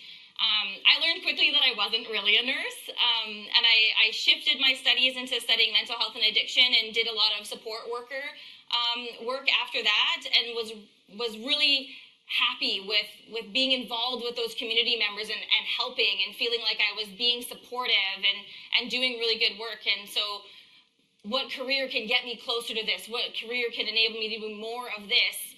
And it was social work. And so I went back into social work and ended up doing my undergrad and my master's in social work at the University of Victoria, which was a really amazing experience. And I was very lucky to start that career at an organization called Surrounded by Cedar Child and Family Services, and I had just the best leadership to learn from in my team leader. Very strong Cree, Saskatchewan woman that really showed me, how to do the work well, and I'm so forever grateful for that leadership. And how has that work morphed into the political work that you're now seeking to do, or your decision to run in the last election for an MP spot? Yeah, so an author that's famous in the social work world is Bell Hooks, and she has the term social work in the bag. The personal is political, and arguably politics entered my life when I was given a status number. I've never lived a life outside of politics. It's always been a part of my life, whether I wanted it to be or not. And social work is built on advocacy. It's built on justice. It's built around navigating systems that were never meant to work for you. And I feel like that is also the work of the NDP. That is the work that we're doing. We're advocating. We're fighting against systems that were never built for everyday people. They're built to keep people down. They're built to support the 1% to gain further and further wealth. So I feel like it's, social work and politics, it's kind of one and the same. Thank you. Oh, really sorry. Appreciate the opportunity. I will say one of the things that is very cool about the particular candidates that we have is we've got really good representation in very different sectors. We've got Rob Ashton, who represents the trades and the unions, and we've got Tony McHale, who represents the farmers and the sort of green movement. We've got Heather McPherson, who represents politician, maybe we can say it that way.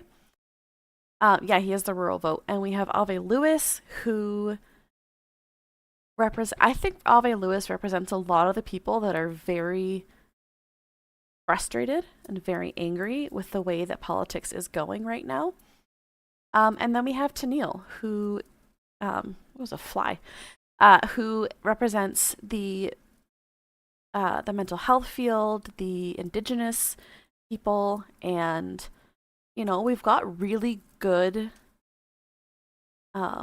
representation of very different sectors of Canada. Now, could it be better? Absolutely. But I really like that every candidate didn't repeat the same thing.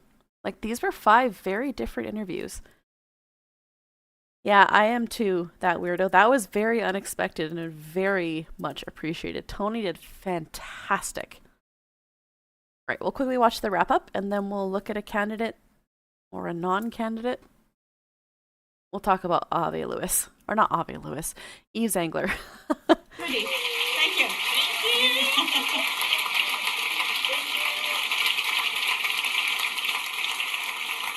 Oh, she's so sweet. So I want to sincerely thank the leadership candidates for joining us this evening. You did, and that weirdo. everyone You're that's absolutely been here correct. in the room and that's watching. What we heard this evening were ideas, some big, some bold, all aimed at tackling the challenges that working people face every single day. We know that workers are not looking for sympathy. What they're looking for is solutions from this government. And what we heard is a clear message. People want leaders who are going to fight for good jobs, for affordability, and for fairness. Leaders who are going to make sure that working families don't fall further behind. Tonight was just the start of this conversation, and I encourage everyone here to continue to engage, to visit the candidate websites, to learn more about their plan, to bring your questions and ideas forward to the candidates. I will remind folks that the NDP will be hosting an all-candidate debate in Montreal on Thursday, November 27th. Write that one down, folks, because we will definitely be live streaming that one as well.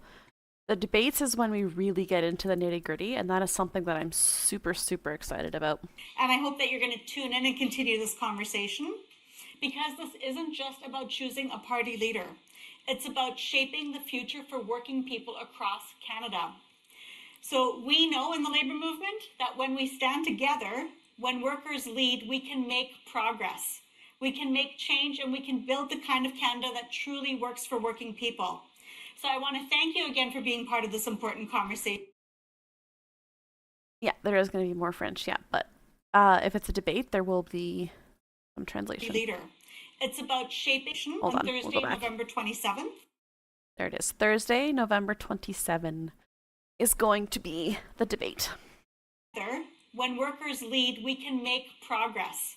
We can make change, and we can build the kind of Canada that truly works for working people. No worries. So I want to thank you again for being part of this important conversation.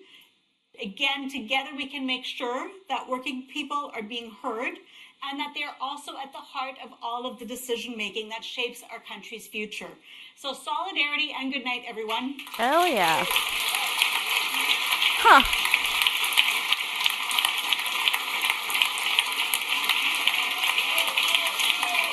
Solidarity! Solidarity! Can we have the candidates come out? Solidarity! Should we have the candidates come out one more time wherever they are? Come on back, candidates. Come and get some applause. This is where the fun For the begins. people Yep. in the room.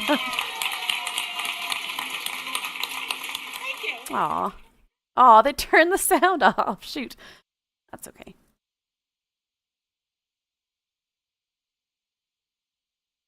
I just look at him with his fanny. Did you guys see that? He's got a fanny pack. I love him so much. That was great. That was really, really, really great. That is a group of people that care about the future of this country, that care about the people in this country. And I really hope that we have a great debate on the 27th. That is going to be amazing. This guy just wants to go home and take a nap, but I love him. I was not expecting that from Tony McHale, I will tell you that much, and I very much appreciate that that was his stance.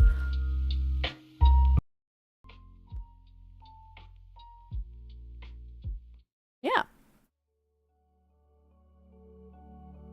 Oh, that's so loud. Hold on just a sec. There we go. It'd be interesting to see the party led by a social worker. Yeah, absolutely. I mean, those are the people that are right on the ground seeing where many, many, many systems are failing, right? Provincial, federal, municipal, all of those things. Absolutely. Social workers are on the ground in the most strict sense. Yeah, what a great group of people. I think regardless of what happens in this leadership race, I think there's a lot of possibility for positive change from all of them. Yeah, Moose, I am too. That was a very interesting, like the second he stood up and was like, okay, we're going to talk about how horrible AI is, I was like, okay, I'm listening.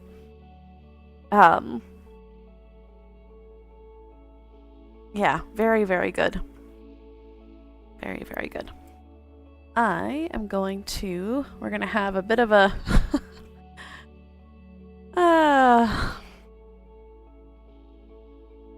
there is one person, however, who is very upset about the fact that they were not a part of this conversation, and we're going to give them a little bit of time. We're not going to give them a lot of time.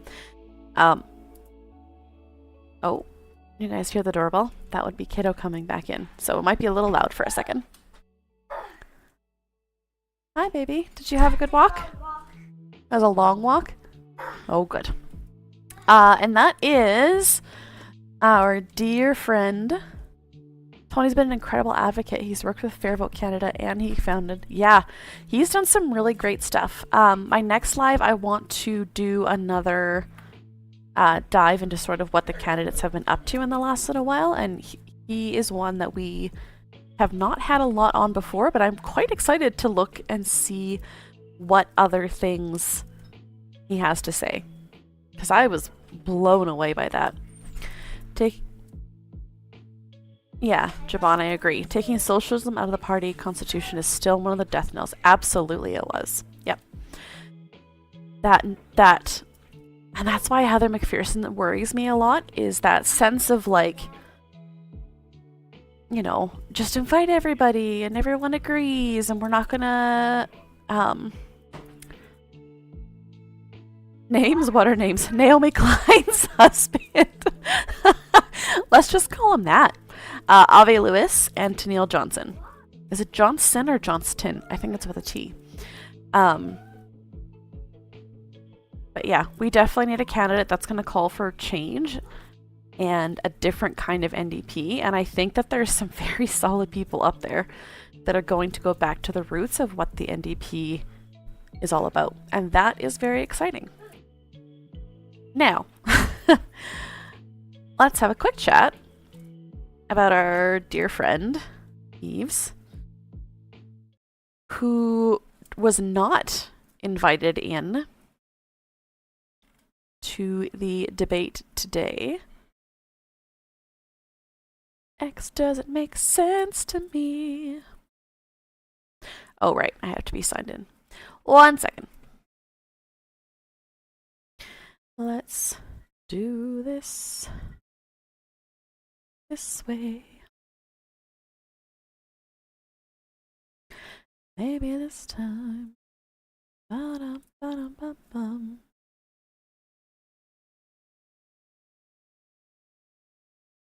Okay.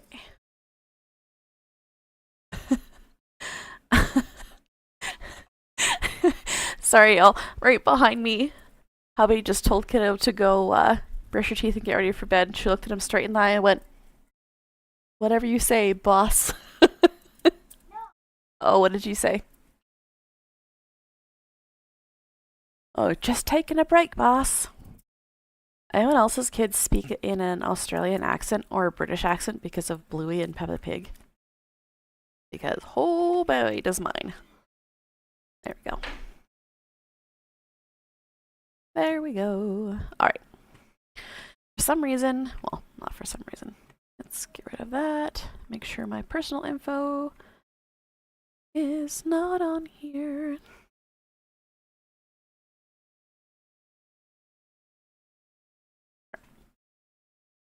And we'll do that. Alright. I swear I have my stuff together, y'all. We do have something from Eves. Yeah, Twitter is confused. Your nephews do. That's funny. Disagree with Heather that the issue is people not being welcomed. Yeah, no one's being turned away, but people are just not happy with the options. Like, if you're not going to show us anything, then why are we here? Right? Okay. I appreciate your patience, y'all. There's that one. Where did the other one go? Okay. Oh, boy.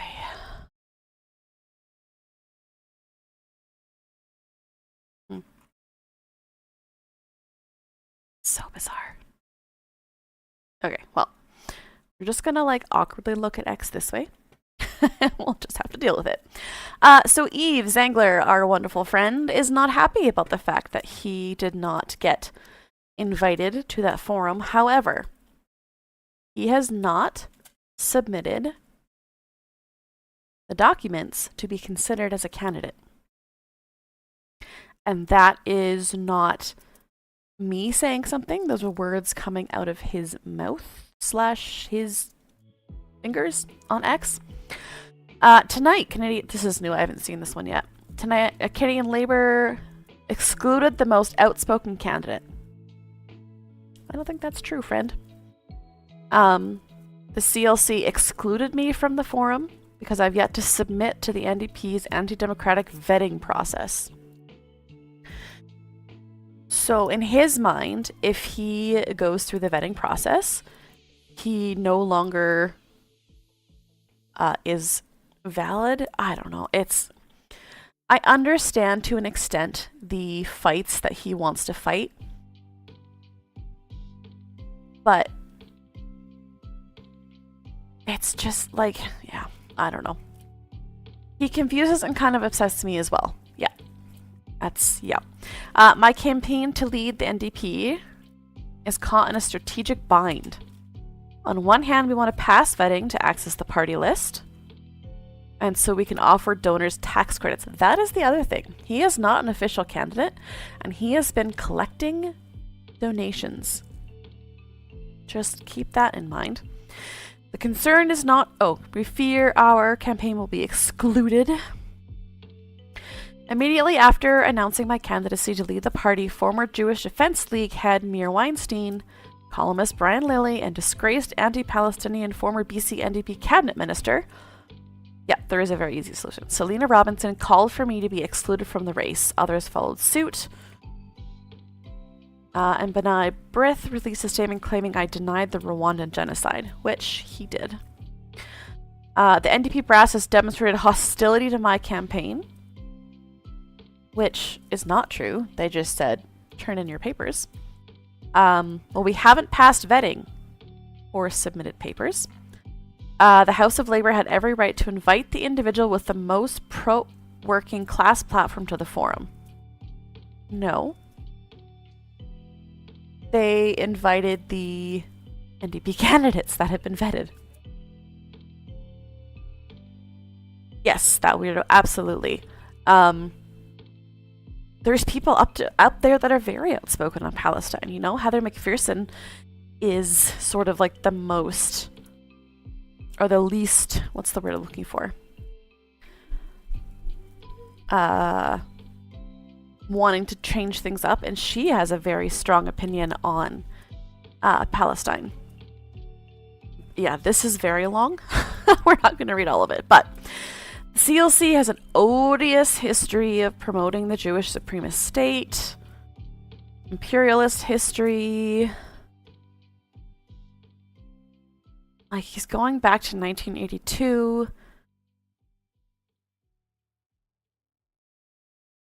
If the Labour Congress has honestly changed its previous over-the-top support for Israel and wanted to apologize to Palestinians, it should have invited the only NDP candidate to label Israel's actions a Holocaust. Fairly certain Ave Lewis said that in his opening speech.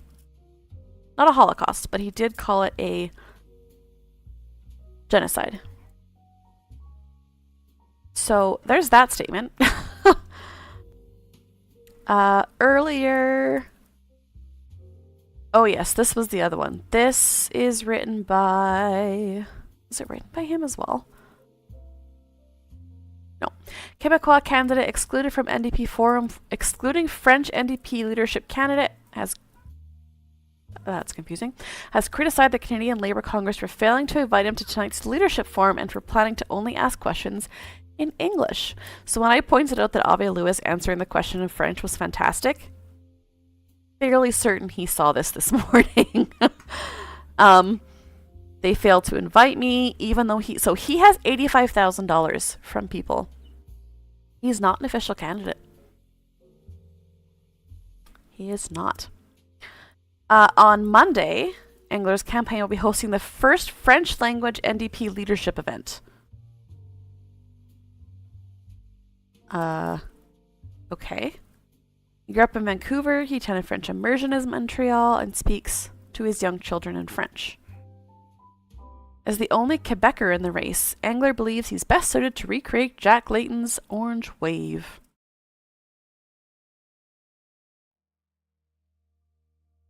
Where is his other? Oh yeah, this. Deep breath, y'all. Hold on. Class NDP leadership campaign. The most pro-working class NDP leadership campaign won't be part of tomorrow's Canadian Labour Congress NDP Leadership Forum. My campaign has been calling for sector-wide bargaining, has been calling for workplace democracy, has been calling for a shorter work week, earlier retirement. Unfortunately, the Canadian Labour Congress didn't reach out and have not responded to requests from my campaign. Didn't reach out? Because you're not a candidate, friend. To participate in the leadership forum. The NDP rules are very clear about having to pay $50,000, hand in nomination signatures, obviously pass vetting, before participating in the official debate, which is now scheduled for November 27th, the first one here in Montreal. There is absolutely nothing in the rules that talk about the CLC forum, and the CLC could have invited me, should have invited me. It's very clear that my campaign has more support than at least two of the candidates that are going to be on the debate stage. Sorry, what was that last? Has more support, and the CLC could have invited me, should have invited me. It's very clear that my campaign has more support than at least two of the candidates that are going to be on the... I'm sorry, friend, but everybody else on that stage collected the same number of signatures that you supposedly did. The only difference is they went through the process. Is the debate being held in French? I don't know the answer to that. I will get back to you on that.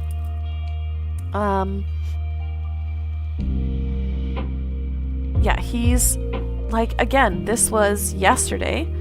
Here is another huge point about how he's excluded from this discussion. Maybe. But again, the dollars don't count for anything if you're not a candidate.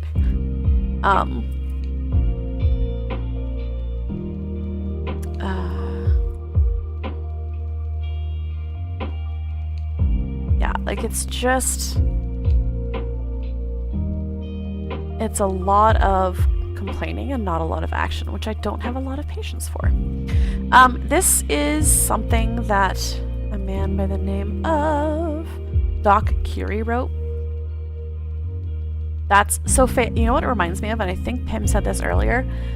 It sounds very much like when Pierre Poilievre was being asked about the security clearance, and he's like, well, I won't be able to talk freely if they check my security clearance. Like, what are you hiding, friend? Anyway, this guy wrote this morning, and about how Ave Louis... I can't see. Someone said they get them mixed up. I get them mixed up because Ave and Eves. There's something... Eves Angler? I don't know. My mouth wants to say both of them. Anyway. This person wrote this and was retweeted by Eves Angler. And he's asking for public support from the candidates to change the way that the NDP race is being run.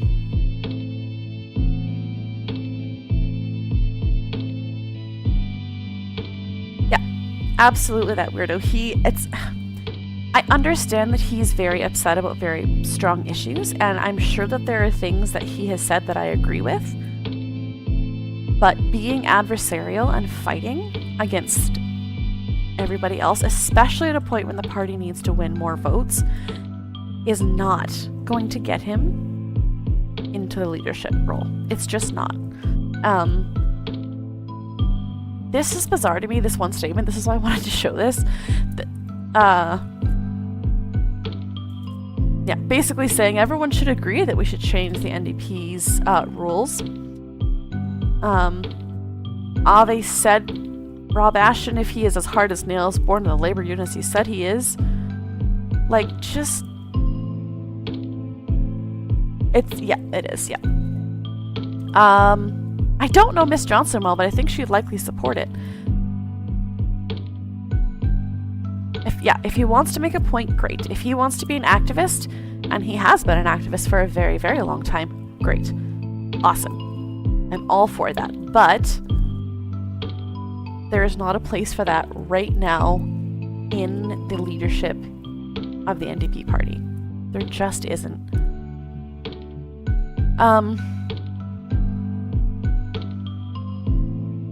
What was my point here? Oh, here. This is important. It's actually incredibly important. I owe Ave Lewis $100, but I have a stop payment on this debt until such times as I am assured that my hard-earned dollars are actually permitting of the democratic process, which I'm now not so sure of. Can we have a democratic leadership? Is HQ going to procedurally disqualify the most vibrant and necessary voices? He's not electable. That's exactly it, Phil. I'm not going to argue the details of the manufacturing of consent for this because I think they're silly. Like, this is the kind of stuff that he's retweeting. Like, it just doesn't make sense. You know, like, he's talking here about rallies, and he's hosting all this stuff, and he's doing good advocacy work, but he's not being super great at getting people to like him. One of the other things that he did again this week was to... Come on, internet. You got this. There we go. Jump down on top of Rachel Gilmore for literally no reason. Where'd it go?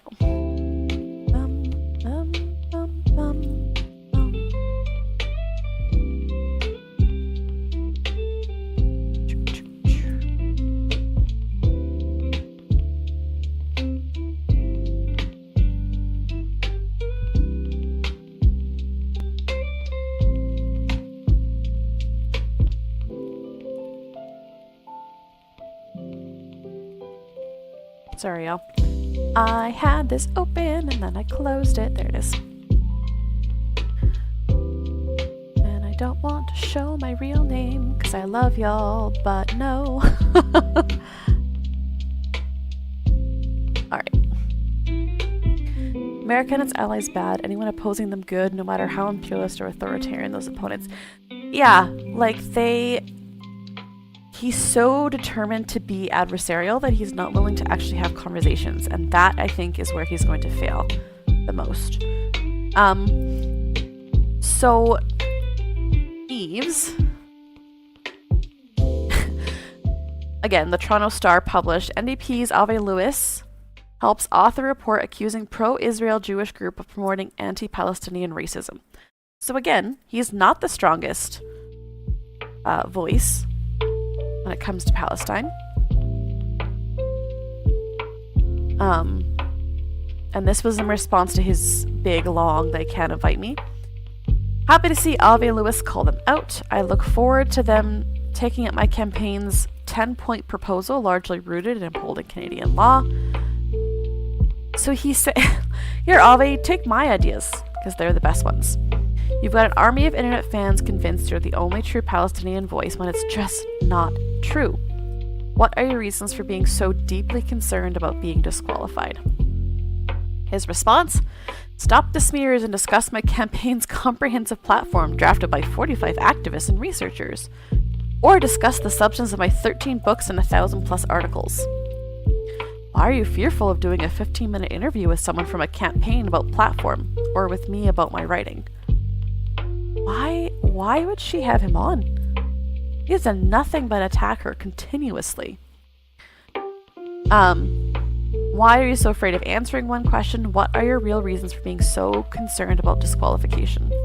And then immediately deflecting. I don't know what you're trying to say. That people accused of anti-Semitism, being a Putinist, Rwanda genocide denial, anti-Quebecois, being paid, all of these things. I'm not entirely sure what his point is here. Because grammatically, it's not actually pointing anything. Yeah, it would be a disaster. A lot of his social media, and I think Gavin said this, it feels like complaining about being targeted because he can't answer questions. So, can you imagine someone like that being in front of reporters and asked about their policies? Disaster. Like, nobody in the NDP is going to want someone like that.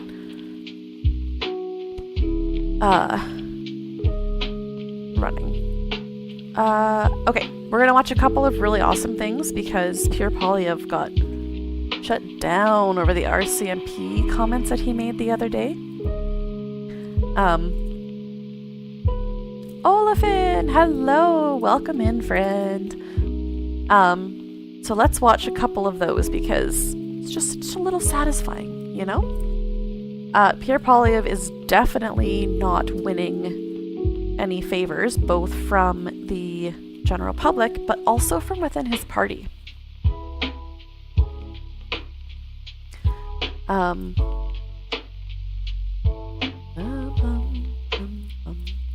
link isn't gonna open because I didn't pay. Oops. Let's try this one. Here we go. CPC will have to like super be careful about this clip, but I'm just gonna let the ads play. Play. It's not what I wanted. Thank you. Yeah, absolutely, Faya. She was absolutely right to question him. And the fact that he is so determined to be so defensive is not a great sign. Hey, Rock and Roll Jams. Good evening. All right. Here we go.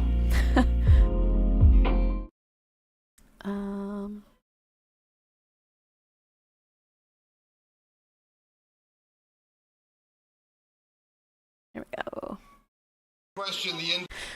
For those that were not here in the last live, Pierre Poilievre went on a podcast type thing, and they asked him about the RCMP, and he essentially said that he was upset that the RCMP didn't arrest Justin Trudeau for the corruption, and blamed them, saying that they were... Oh, did he say despicable? Yeah, despicable. Which is not great. This is what happened in the House. Independence of our judiciary, of the independence of our prosecutors, of the police, in fact, the very police that put their lives on the line to protect him, Mr. Speaker. Also, can you guys just hear how absolutely wild question period has gotten? We haven't watched it in a little while. It's so loud. The leader has the next 30 seconds to make amends, to apologize, to tell the people of this chamber and this House that he is sorry for what he said. We don't do that in Canada, Mr. Speaker.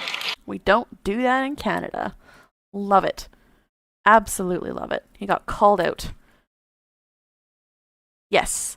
Many of the scandals of the Trudeau era should have involved jail time. I mean, Trudeau broke the criminal code, and he essentially said the RCMP tried to cover it up. The Honourable Leader of the Opposition. Liberals are trying to distract from their inflation and rising Immediately deflect. cost of living by talking about their corruption. This will be the 10th Liberal budget. Already, they've doubled the debt, food bank lineups, Not even slightly related to the question you were asked.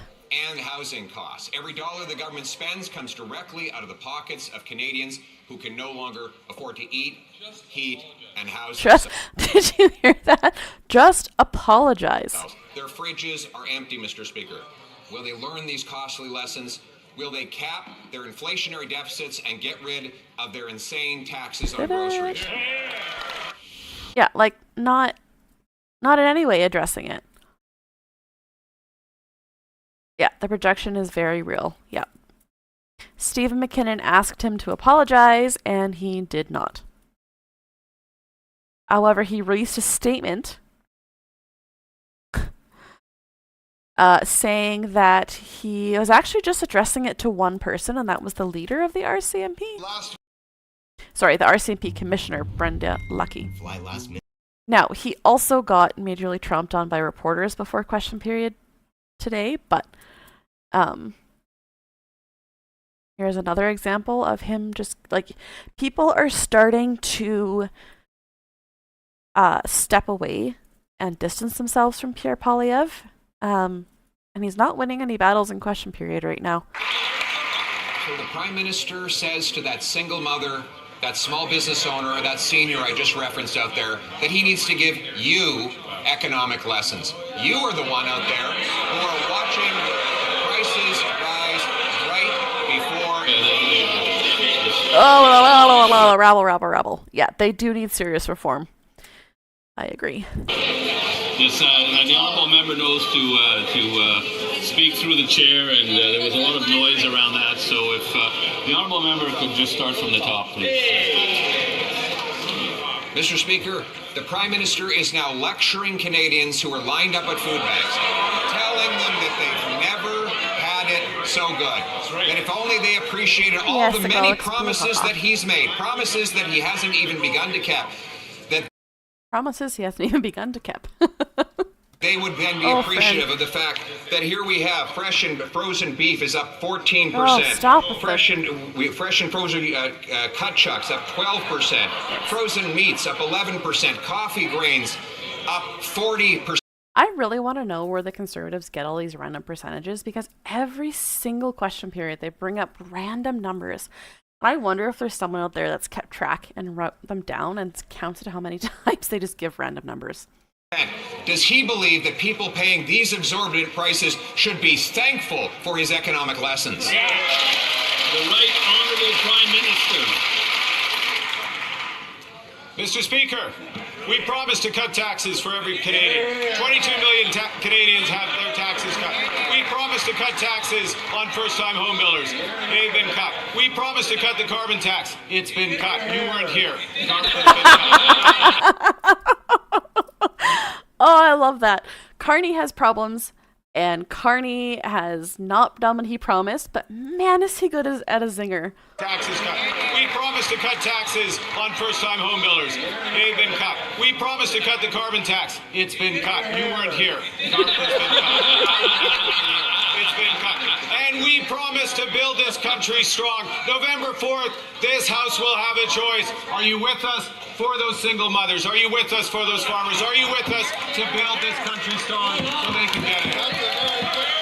It'll be very interesting to see what the Liberal budget looks like when it comes out, and I will do my very, very best to go through it with some of y'all.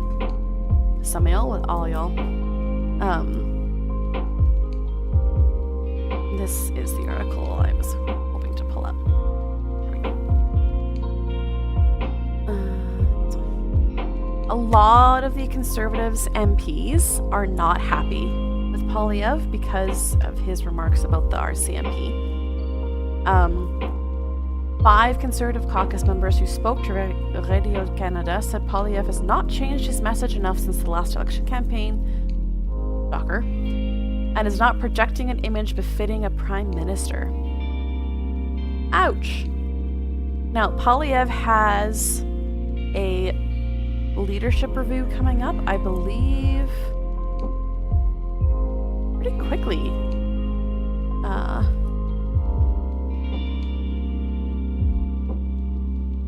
That's not how you spell a review, but that's okay. I don't want 2022, but thank you.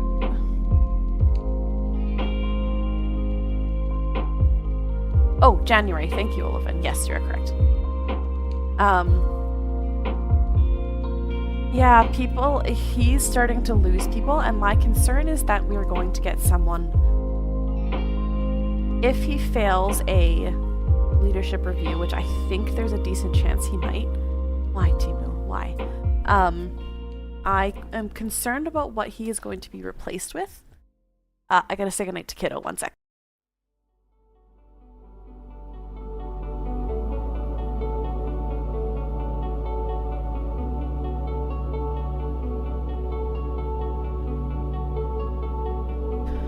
Oh, she's so flippin' cute. Chaos time. Yeah. Anyway, they spoke. They're not naming them, so they can speak freely. Radio Canada spoke to 10 Conservative sources across the country. They're unsure if they're going to support him. Oh, Pam, don't speak those things into the ether. My concern is what happened in Alberta is going to happen federally, and that is that people were so sick of Jason Kenney when he left, they wanted to replace him with whatever and whoever they could. Danielle Smith took over, and depending on who you listen to, things have gotten significantly worse. So I'm very leery. And I think part of that for me is the enemy that you know. But yeah, we'll see. Anyway,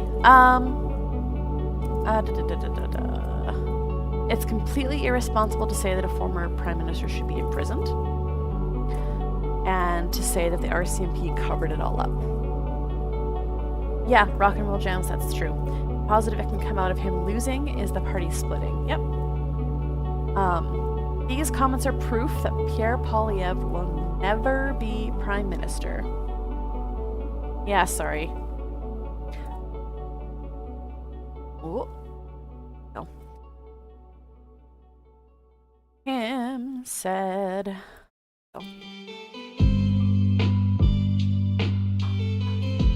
Oh, Pin said Elon has this Canadian citizenship.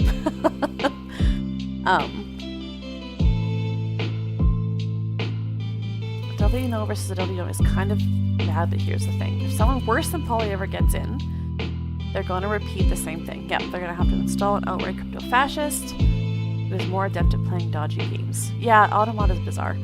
Not coming off as fascist. Yep. Yeah. Another conservative MP, I'll just keep reading this without the bright white contrast. Good night, Neuropunk. We're not going to be going for too much longer. Told Radio Canada that Poilievre's remarks on the podcast were a mistake. He let his guard down. He was comfortably slumped on a sofa. Anyone can make mistakes. It's good to give a leader 2 chances. We've already burned Andrew Scheer and Aaron O'Toole after just one election. Stephen Harper won on his second attempt. Yeah, Bam, don't put that evil on us. No kidding. We don't want it. Don't want it. I do have one more quick thing. That is just a shout out for my fellow Albertans who are here. Yeah. I feel like if literally anyone else was leading this CPC and that last election. Yeah, I don't know, friend. That last election was a whole bunch of really bad things all combined into one. In that the Liberals had a leader who... Or sorry, let me try that again. The Conservatives had a leader that those who were against the Conservative Party were very, very, very against and wanted to vote in somebody that sounded like they could take him on. And Jagmeet Singh just didn't have anything else to offer. So people really felt, and even people that I know that were conservative voted Liberal because people are scared of Pierre Poilievre and scared of some of his more extreme ideas. I'm going to put a quick shout out to, here comes the white light again, sorry y'all, a group known as Forever Canadian. If you live in Alberta and you have not yet signed this petition, there are 196 locations accepting in-person signatures, like all over. This is just today. This is where they're going to be tomorrow. Take a look at this website and make sure you get out there and sign it, because they are very close. When I started, I had no idea what I was starting. A lot of people were telling me you'll probably only get signatures in Edmonton and Calgary, but that's not the case. 80% of Albertans are solid Canadians who, while having issues with their provinces, were more than willing to stay in Canada. The work that these people have put in has been absolutely phenomenal. I've got this playing on 2 things, that's why. I was able to sign it during the teacher strike rally that I went to. And it's all volunteers, and they all sign up. Yes, Olafin, that is what we are going to listen to here. Hello, Forever Canadians. Here's a quick update on the Unity Bus Tour. So from Airdrie, I drove back home quickly to vote, and then I resumed the tour again the same afternoon, driving to Cochrane. And starting with Cochrane, I proceeded on to Canmore, and then Banff, and now I'm going first thing in the morning to Jasper. Many of you are asking, where are we at relative to numbers? Well, as you know, no one really knows, because a large number of the petitions that you have hasn't been reported and hasn't been delivered yet. But we're getting really, really close. We know that for sure. But the trick is now to get sort of over that bump, because we know that some signatures inevitably will be rejected for one reason or another. So we need at least 10 to 15% buffer so that we can sleep at night. And once I hand in those petitions on October 28th and sign the affidavit that this is it, even if there is any latecomers, we won't be able to supplement our delivery. So two things. Number one, please follow any instructions and do your best to deliver the petitions and the badges that you have. And we will report numbers to you as soon as possible. But it is extremely important to exceed that 300,000 number, because there is no precedent. Once we're done, this will be the biggest petition ever in Canada. Nothing like this has ever been done. That's impressive. Biggest petition ever in Canada. So we don't know what the margin of error usually is. So better safe than sorry. So let's go hard until the last day. I know you're diligently collecting signatures, and as I'm traveling, I'm doing the same thing. And I hope that we will celebrate. Stay tuned, because we will be announcing some information relevant to handing in. You're all welcome to join us at the handing in of the petitions to the Chief Electoral Officer. And hopefully we will be celebrating a positive outcome. So for now, let's just work really hard. It's 7 days left. We can get there. And thank you always. Thank you for everything that you have done so far for our movement for Forever Canadian. Take care. So yeah, they're very close, if not, as Olafin said, past the goal. Good morning, Siege. Welcome in. But they do need that last little bit of a push just to make sure that if there is that 10% margin, which is 30,000 signatures, that they can still get over the hump of having enough. Super, super great. The people that I talked to at the rally that I was at were fantastic. And yeah, they're doing really well. Doing really, really well. The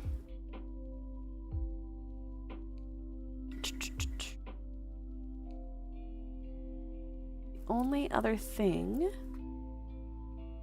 that I had was Elizabeth May talking about Pierre Poilievre, which we love Elizabeth May. This is why you say good morning. Awesome. All right, this will be our last little thing for today, and then I will let you all go. While we're watching this, let me know if you know someone that we can raid to. Somebody that maybe needs a bump, needs a high, and I'm gonna put together a raid message, because I keep forgetting to do that. And yeah, it'd be nice to have. So let's take a look at me.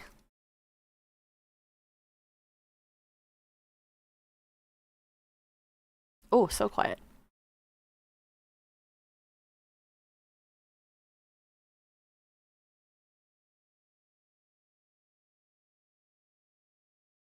Oh, it would help if I turned the volume on for y'all. Hey, let's start that over. Sorry, everyone. I almost made it through the whole stream without forgetting to do that. But I felt compelled to Petit Post de l'Action de Grâce, Elizabeth May, Green Party of Canada.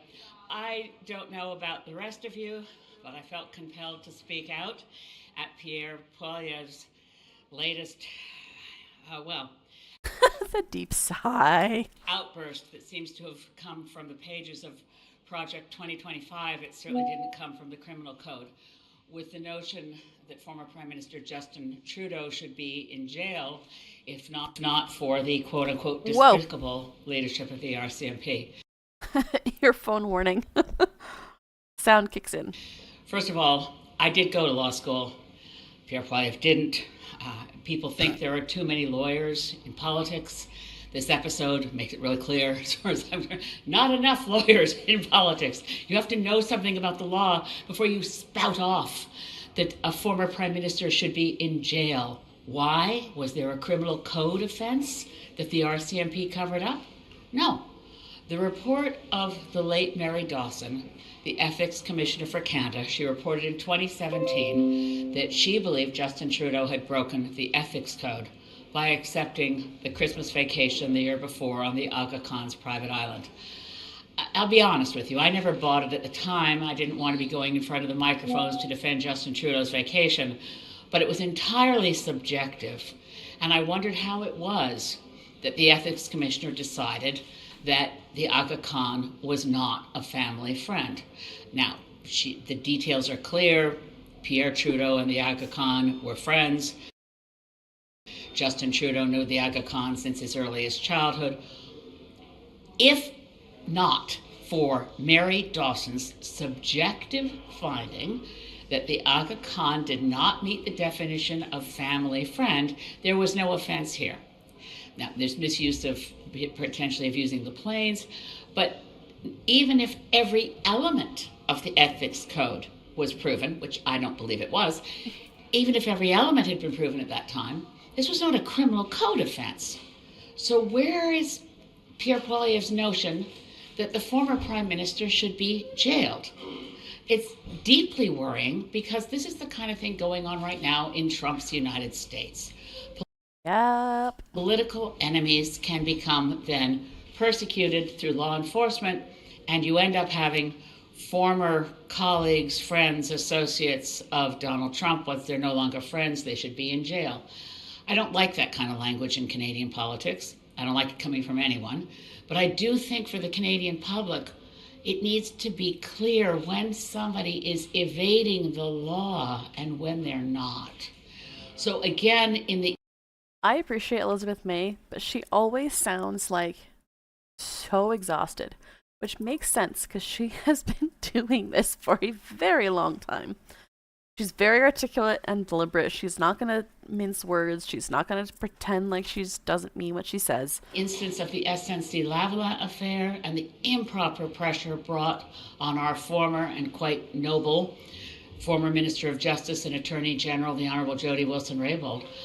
I still think that the RCMP should have pursued its investigation into what really took place there. But we actually don't know whether Justin Trudeau applied the pressure or not. We only know that the former clerk of the Privy Council office, Michael Warnick, did. So these things, again, is there a criminal code offense here? Even if all the elements were proven, should someone be in jail? And what does it advance Canadian society to refer to the RCMP leadership as, quote unquote, despicable? So I think Pierre Poilievre should reconsider his language, withdraw those words, and apologize. Comment qualifier ça, ce langage-là? Là? Oui, mais je veux dire seulement que pour moi, c'est une question pour les citoyens de Canada. Est-ce que c'est clair, c'est vrai que l'ancien Premier ministre a brisé les lois? Engagement, discuss something with a factual basis. And if the RCMP really, at the leadership level, had some bias, we ought to know about it. The only time we know, by the way, that the RCMP had a political bias was when the former commissioner, Zaccardelli, interfered in the 2005 election and tipped the election towards Harper's Conservatives. That was the last time we actually have an established paper trail of RCMP interfering in Canadian politics. That's true. We don't have anything in the case regarding Justin Trudeau. Il n'est pas un seul... il n'est pas de preuves. Quoi ce genre de langage-là, de dire...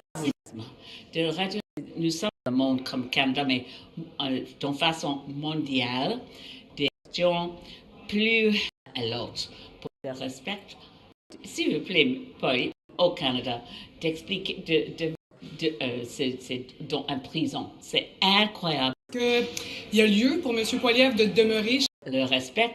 Anyway, we got the point. She, right before question period on the 20th, stood out in front of the House of Commons and went like, hey y'all, this is not okay. And I'm not going to be afraid to say it. Whoa, that was loud. I apologize.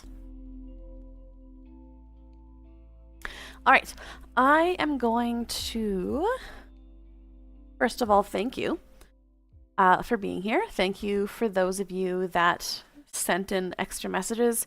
I still have to figure out what exactly Twitch did when it comes to... Oh, biscuits. when it comes to the lurkers and stuff. Because I'm not 100% sure. It looks like Maple Takes also covered the leadership forum. And they are now covering the debate in New York City. So, your raid is on its way. Here is the message to copy and paste in the chat if you don't mind, people on Twitch. That would be super lovely. Thank you, YouTube, for being here. This is the busiest I think the YouTube chat has ever been. So thanks, guys, for being here. This was a great live, a great discussion. I am hoping to be live again tomorrow evening. Yeah, we should, Pam. I agree. And if not tomorrow, then Friday evening. This weekend, I need to finish Amnesia. Unfortunately. Because our dear friend Moose requested it and I need to finish it. Have a great night, everybody. Much, much love to you all. Go say hi to Maple Takes and I will see you all next time. Bye.